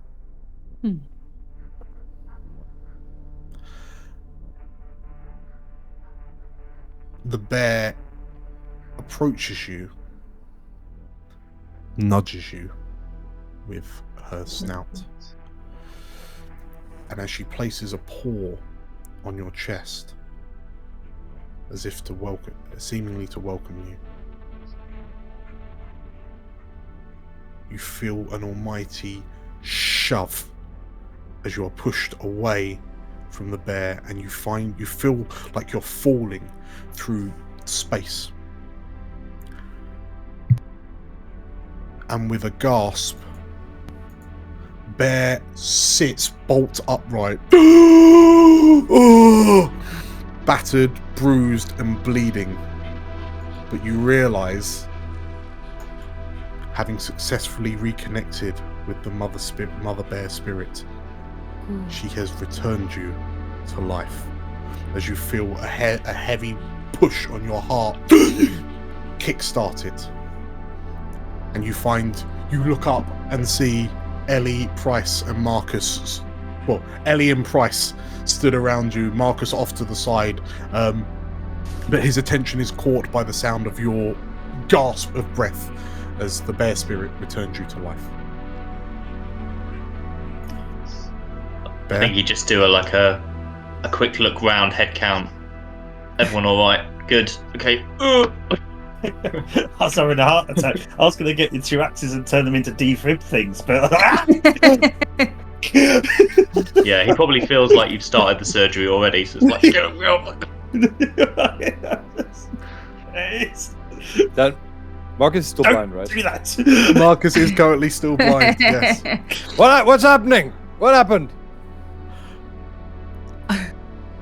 Well, as you look around, as Marcus is asking this, and Ellie, you realise that Marcus's eyes have kind of gone dim. Like it's clear that they've been fragged. You get a message ping through. I say just your before that comes through, Yes. like Ellie was just weeping when it was clear Bear was dead, and had been sort of over his body going, He can't go. I didn't even get a chance to tell him. No. And then when he wakes up, she just goes, ah! Falls backwards. Probably had a similar reaction, but yeah. And then the message comes through. Marcus is going, hold on, who died? No one yet. He's not dead yet. I mean, rubbing the 2 axe heads together, trying to turn them into something. As you all just sort of like, in a relief, fall back into seated positions, looking at the sheer devastation that's surrounding you with your cuts and your wounds and your bruises. Your comlink vibrates, Ellie. And you see incoming call. Red. Is it that? Red. I thought it was going to be Mary's brother. Okay. Red. I pick up. You hear,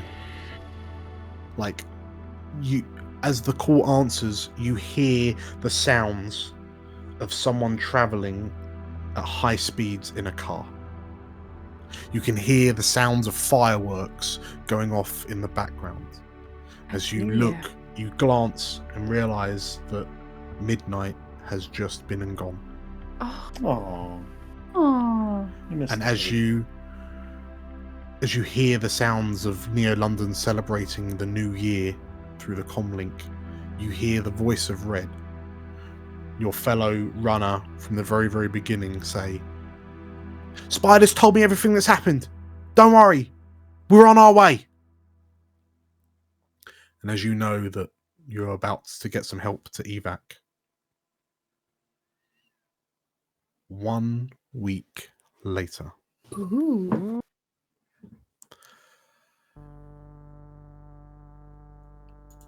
Where do we find Bear?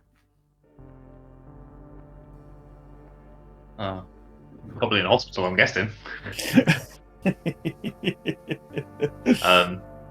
I mean, how able would he be to be doing anything? I don't really know what that harm level. So, what does that mean in real terms? you're real bad. Yeah.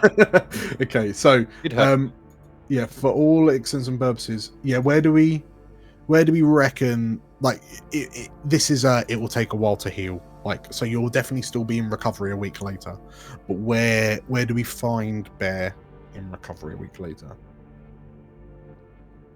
I imagine he would be very reluctant to stay in hospital any longer than necessary, so he's probably at home, as in Ellie's flat, kind of like all his limbs in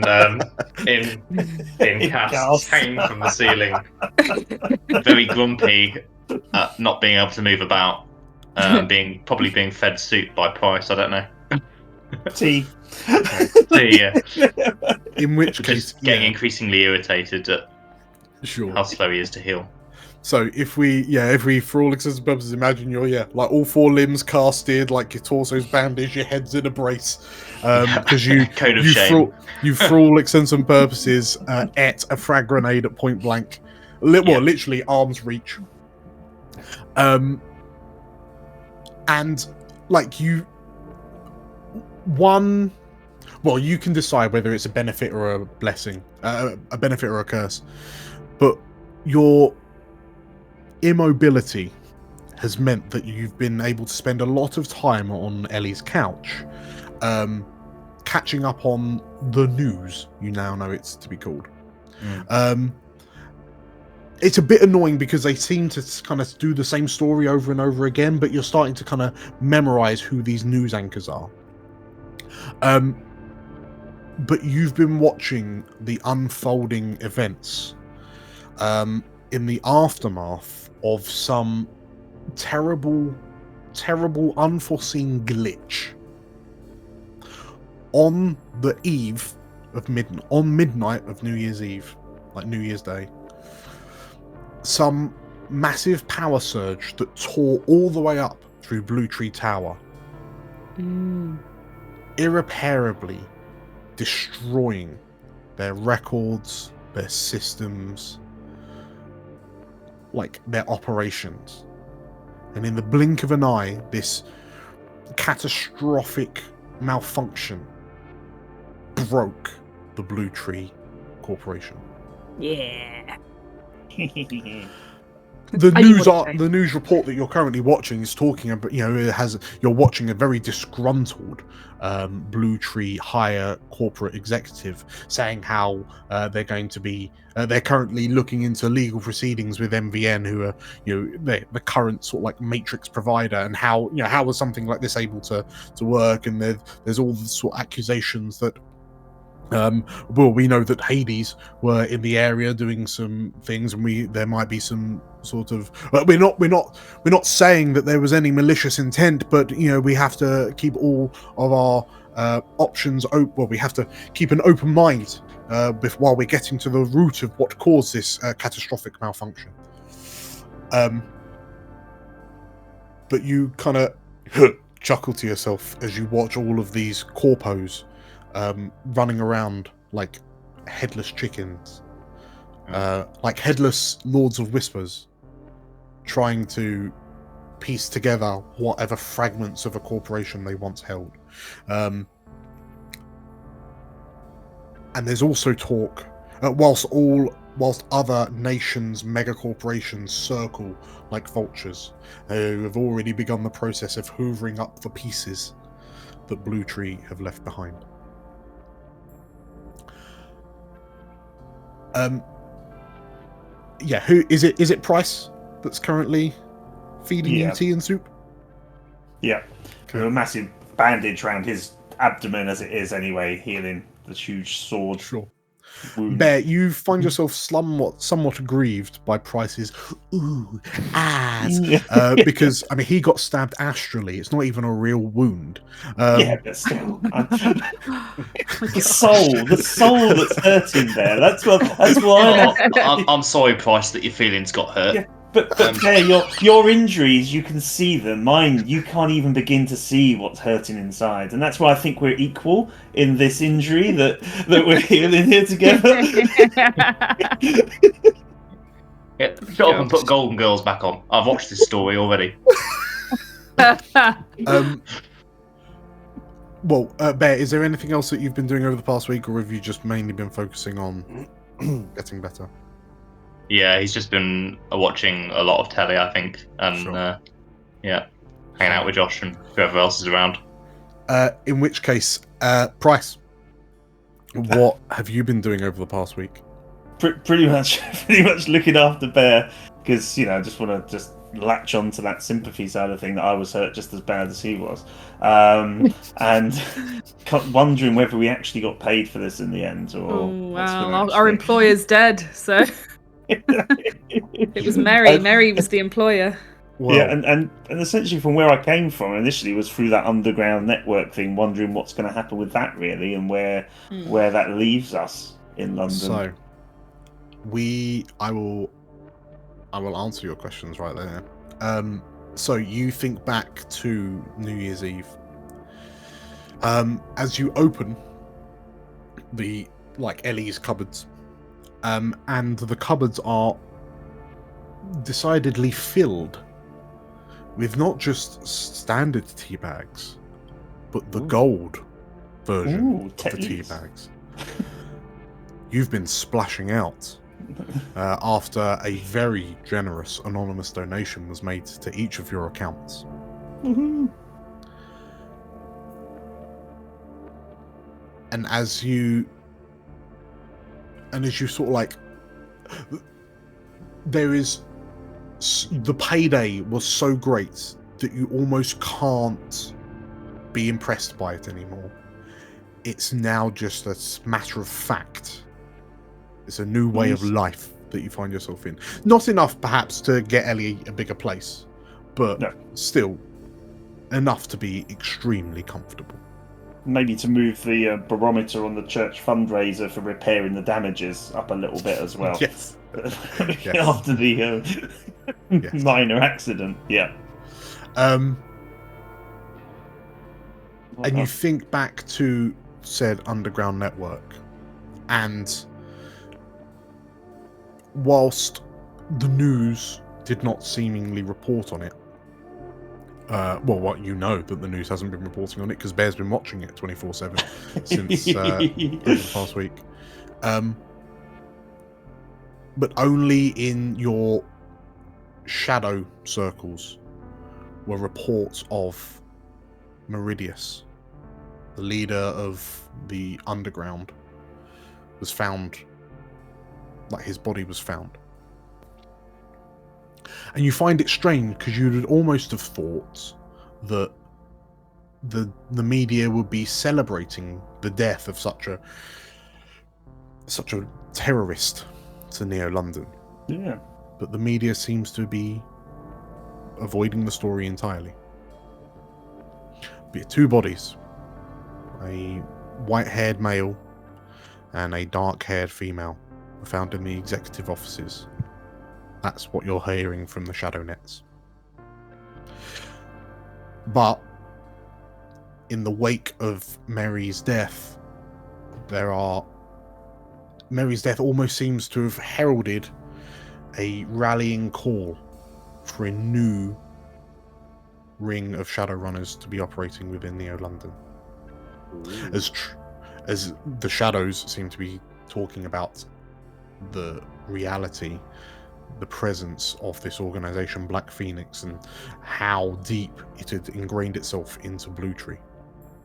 And through Mary's sacrifice, one of the posts says, he was able, with some other runners, to overthrow that oppression. The underground is dead. Long live the underground. Reads the post on your comlink as you close it down. Nice. So you've been funneling money into getting the church repaired? Yep. Sure. It's been the talk, the topic of primary discussion between all of the Mavises and Dorises, as you certainly overheard one of them swooning over the hunky construction workers that are kind of repiecing, like only the best will do, putting together the front of this now blown out church. But yes, the world may not know exactly what happened, but you know that you made enough of a ripple to affect those important to you. Cool. Marcus, where do we find you? What have you been doing for the past week? Marcus probably got some new eyes, because the one that he had were fried. And then he paid extra for the secured encryption model. Good. Okay. Good investment. So are you heading to Ellie's? He will do. I think in the next week or so, Marcus and with the destruction of Blue Tree, Marcus has been pumping out his business. So he's seeing a niche in the market for quality logistics and delivery of non-designated equipment. Sure. So he's enlisted Hamish, his friend Neil, the Brasserie, Thompson. Okay. Probably tried to get Josh to join, do an internship. No. But he's setting up this a small corporation run from the apartment next to Ellie's. Yeah. Okay. And well, you're feeling pretty confident because in the aftermath of the New Year's Eve crash,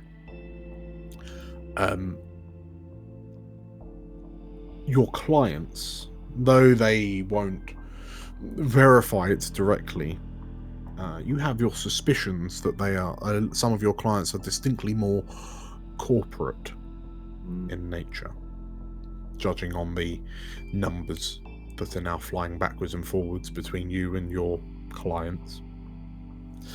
And he'll go and see, I guess, go to Eddie's apartment. In which case, as you let yourself in, like Price looks up to you, you see Bear just kind of start to turn his head in your direction. Bear, listen, don't look at me like that. Wasn't intentional that I blew you up, all right? Listen, there was a targeting suite, the grenade. I thought, don't look at me. What is TV? What was that, Marcus? You blew me up.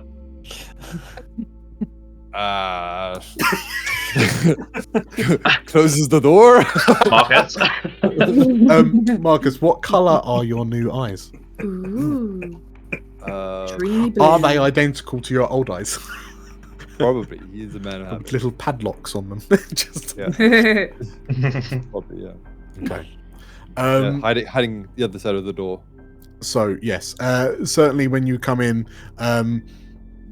Price, you notice that the temperature in the room drops somewhat as Bear kind of leans over. And I mean, Bear, have you truly forgiven Marcus for blowing you up with a grenade? Well, I've only just found out, so because I thought I blew me up with a grenade. So he's yes, he's probably trying to look at Marcus as he enters the room, but probably can't turn around because he's doing all these things. So. Sure.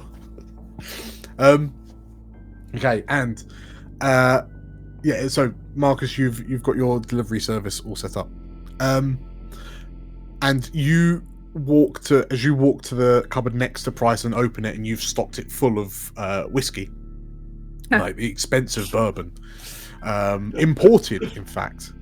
The three of you all hear the door open as Ellie returns from dropping Josh off for his first day back at school after the Christmas holidays. Shadowrun school. Yes. And Ellie, what have you been doing over the past week? Well, obviously, the first thing that happened after we got out of Blue Tree with Red's gang was she went to pick up Josh from the cafe, make sure he was all safe. And since then, it's funny you mention, not enough money to get out of the flat, because the first thing that she decided to start researching was whether she could actually sell the flat, because it belonged to her grandmother. Sure. And so she's in the process of, now that she's got the payload from that, from the aftermath of that job, she knows that things have calmed down a bit now. There'll probably be a bit more space for regular work, rather than dealing with whatever the heck's been happening for the last few weeks. She thinks there probably is scope to start planning a move to a better place. More than one bedroom, I think, is essential. Yes. Now, if any of us are planning, even if no one is planning to stay from this group, I think just for her and Josh, it feels quite important. They both have their own space, so she's definitely in the market for somewhere bigger. So she's been dealing with lawyers to talk about. I mean, selling a flat takes ages, so it's not going to happen any time now. But she's in the process of doing it. From a company called West Side Industries. Oh no! Marcus wants to buy the flat as his base of operations. Excellent. Marcus, so you can put the rent up. West Side Industries. Not Marcus. Yeah. Completely unrelated. So yeah, sure. In which case, yeah, Ellie, as you kind of shoulder your way into the door, you're kind of flicking through the property adverts that you're flicking through on your comlink, and then you kind of close it down as you see like the three boys in the flat, and I guess there's this sense of there's this weird sensation of kind of normality. You've just come back from the school run. Josh wasn't impressed that he was being escorted to school by his sister. But with everything that's happened, perhaps it's better to be safe than sorry. I took him on the motorbike, and as he walked in, I shouted out, "Bye, Joshy, love you!" in front of all his friends.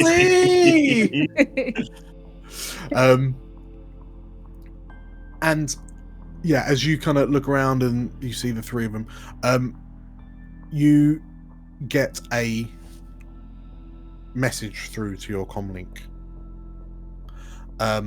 from Red. 11 a.m. I'll send you the address in a sec. Bring everyone, yeah? Okay. Do I know what it's about? You do. Okay. Ellie does. Sure. Is there anything the four of you are quickly doing around the house? I mean, it's 9 o'clock-ish in the morning. I'm wondering. Go, Julia. No, I was just saying. I'm wondering if Ellie probably would have sat Bear down before now to finally have the talk about what she learned at the Sacred Heart Hospital. And she would while he's restrained. While he's restrained. While he can't do anything. Yeah. But she would have explained. This is the thing I wanted to talk to you about that I mentioned as we were starting the Blue Tree mission, and I'll kind of apologise for not telling him earlier and say I'll sort of also express just how much of a scare him dying temporarily was, because it made me realise that I thought I'd missed my chance to be open with him and tell him something about his past. But yeah, I explain that we found out there was a group of dwarves abducted for the Cloacus experiments that we came across in the hospital basement. Basically, Bear, you're adopted. I think he'll probably take it quite. When Kat's telling him that, would that sort of trigger the memory that he saw Dan? Essentially, would he sort of? Yeah, so I'm imagining that this happened before this point, like during the week. Yeah. Okay. But certainly, as Ellie was telling you, that one memory kind of resurfaced, and the more that Ellie said, it was almost like a tapestry of lost memories were being tacked on to that one original image. And by the time Ellie finishes, you're looking at her with eyes that now remember everything. Everything that led to I mean, what brought you from up to north to near London on that one fateful day? Well, I don't think he would have left his family by choice. So I'm assuming that he was abducted from wherever he was living. I'm guessing Genesis picked it because it's a remote community and sure. they thought they could more likely get away with it there. Sure. But what happened to I don't think he would necessarily remember what happened to his family, so he's probably quite keen to find out if they're still alive or whether there's anyone still waiting for him up there. Okay. Well, I mean, so I'm guessing, would Ellie have been helping Bear track down? Absolutely, yeah. I'll do whatever I can. Sure. Okay. In which case, unless there's anything else, 11 o'clock arrives, and the four of you, Bear in a wheelchair, a wheelchair come wheelbarrow. You find yourself pushing Bear and kind of walking through like a relatively empty parking lot to you look at what appears to be it is a closed nightclub, and stood outside the front door with her hands in her pockets is a human woman with long shoulder-length red hair. Her the bottom of her chin is illuminated by the neon yellow glowing lights from her jacket's lapel, neon strips. And flanking her are a number of other runners. The one runner of note is the large imposing troll with wearing a very dapper tailored suit with a little scarf hanging around his neck and a red tie, and he's kind of got his arms crossed, but you can see his cybernetic left hand emerging from the bottom of his jacket sleeve, and he watches you come in through a very large kind of chunky looking glowing red bionic eye. Ellie, you turn and nod at the hacker that you know to be Spider. And Price, your attention is caught by the Asian elf stood alongside them that seemingly is wearing a red kind of traditional Chinese dress with floral patterns. Looks very kind of odd in comparison to the others. And as you approach, Red calls out to you. "Oh, you alright, loves? How you doing? Thanks for being here on time. That's a good start, actually. Yeah. So it's this place that I was thinking might be good." And as you approach, she unlocks the front door of the nightclub, lets you in. Now the handy thing is there's so many naughty things happening up here that no one is going to be looking down here, she says, as she leads you to what is effectively a basement access way. And the troll, Ronnie, carries Bear in his wheelchair down the steps into this basement area. And as Red turns on the lights, and they light up in sequence, spreading effectively the width of this whole nightclub area, this building space. You find yourself in an empty room, an empty hall with just nothing but pillars holding the ceiling up. And she looks to you all and says, "I think if we're going to be kickstarting the underground again, this would be a good spot. Don't you agree?"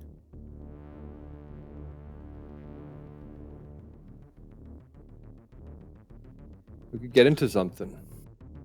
She nods. The four of you, like, I've spoken to the boys. They're all happy to jump in, but the four of you haven't given me your final decisions on whether you're in and out or not. So now I've shown you the place, and it's a good place. Like, down here in Brixton, don't tend to get the NLPD snooping around here too much. Too much trouble for them. But you will get a lot of work, I can tell you that much. So, are you in? Or are you out? Who's going to be in charge? Well, I imagine a council. I mean, you four bloody saved near London, didn't you? So I reckon you'd have a pretty strong sway on what is and isn't done. It's one thing to be able to call your own shots.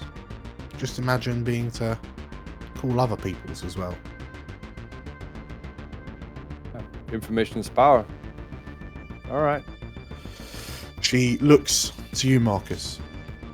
You in or out? I'm in. She looks to Ellie. Yeah. Tilts her head. Oh yeah, I'm in. She looks to you, Price. Oh yeah, we can make this work. And then she finally finishes looking at you, Bear.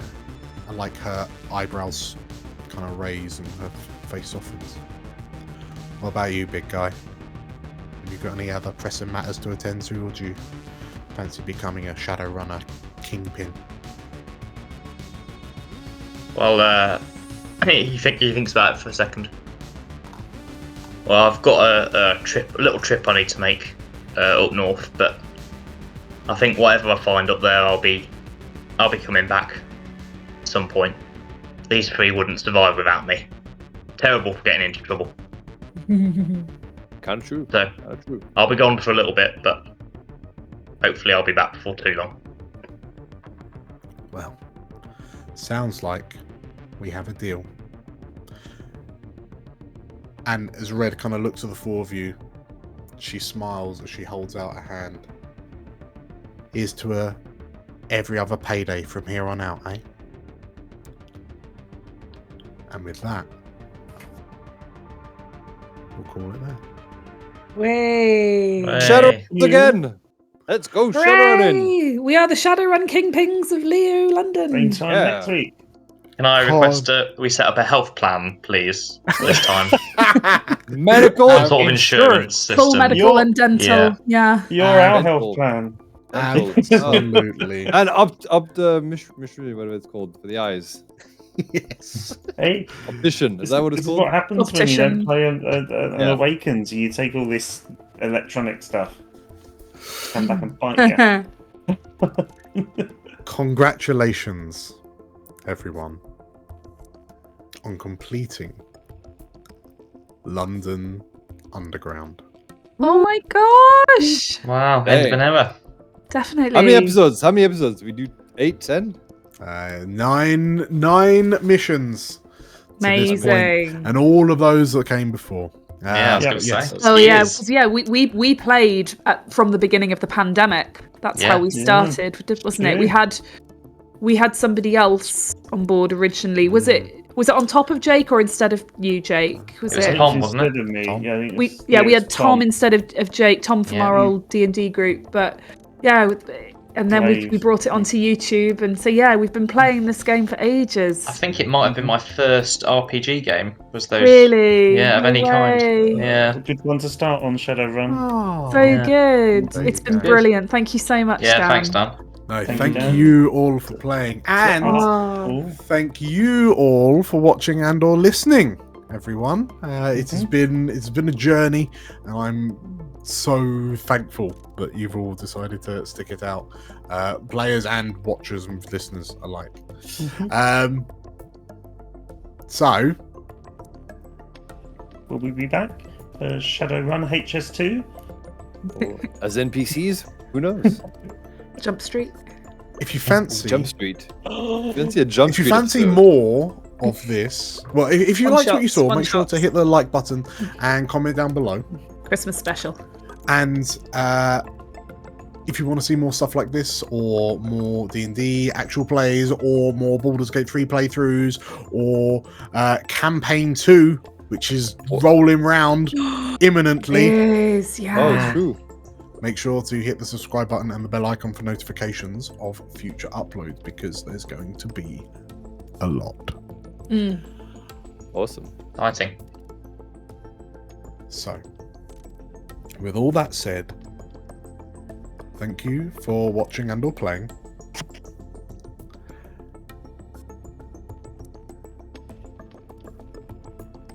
Ellie, your phone, your comlink begins to vibrate. Oh, that's weird. Incoming call. Yeah.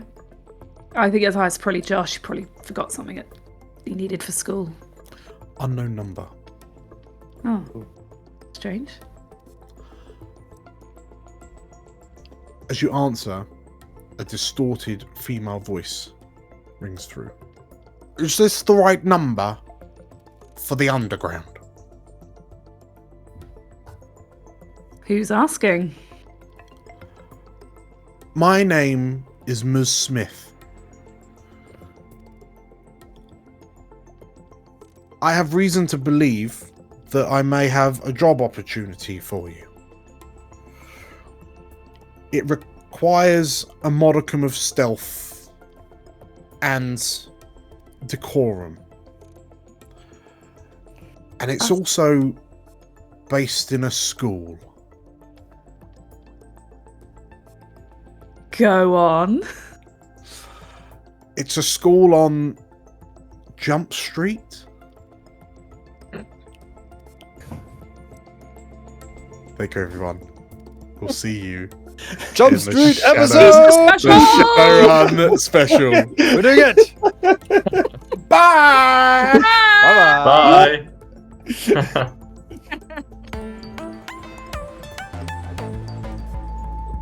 Welcome to NBN News. Telling you what you need to know. We come to you tonight with breaking news that a new suspect has been arrested as part of the ongoing investigations into the Blue Tree crash last week at midnight on New Year's Day. The suspect is understood to be David Ulster, a Londoner and father of 6, also known as Rave Dave. Ulster is due to be questioned for the riot incited in the aftermath of his unlicensed music event outside the Blue Tree Tower on the night of the crash. We will bring you more updates on the investigations as they emerge.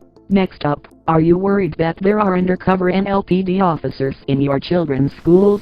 It may not be as uncommon as you may think. If you enjoyed the video, please leave a like and comment down below. You can find more Explorers of Elsewhere content right here. You should also go ahead and subscribe to the channel by clicking right here. Click the bell to receive notifications of new uploads. Until next time, stick to the shadows.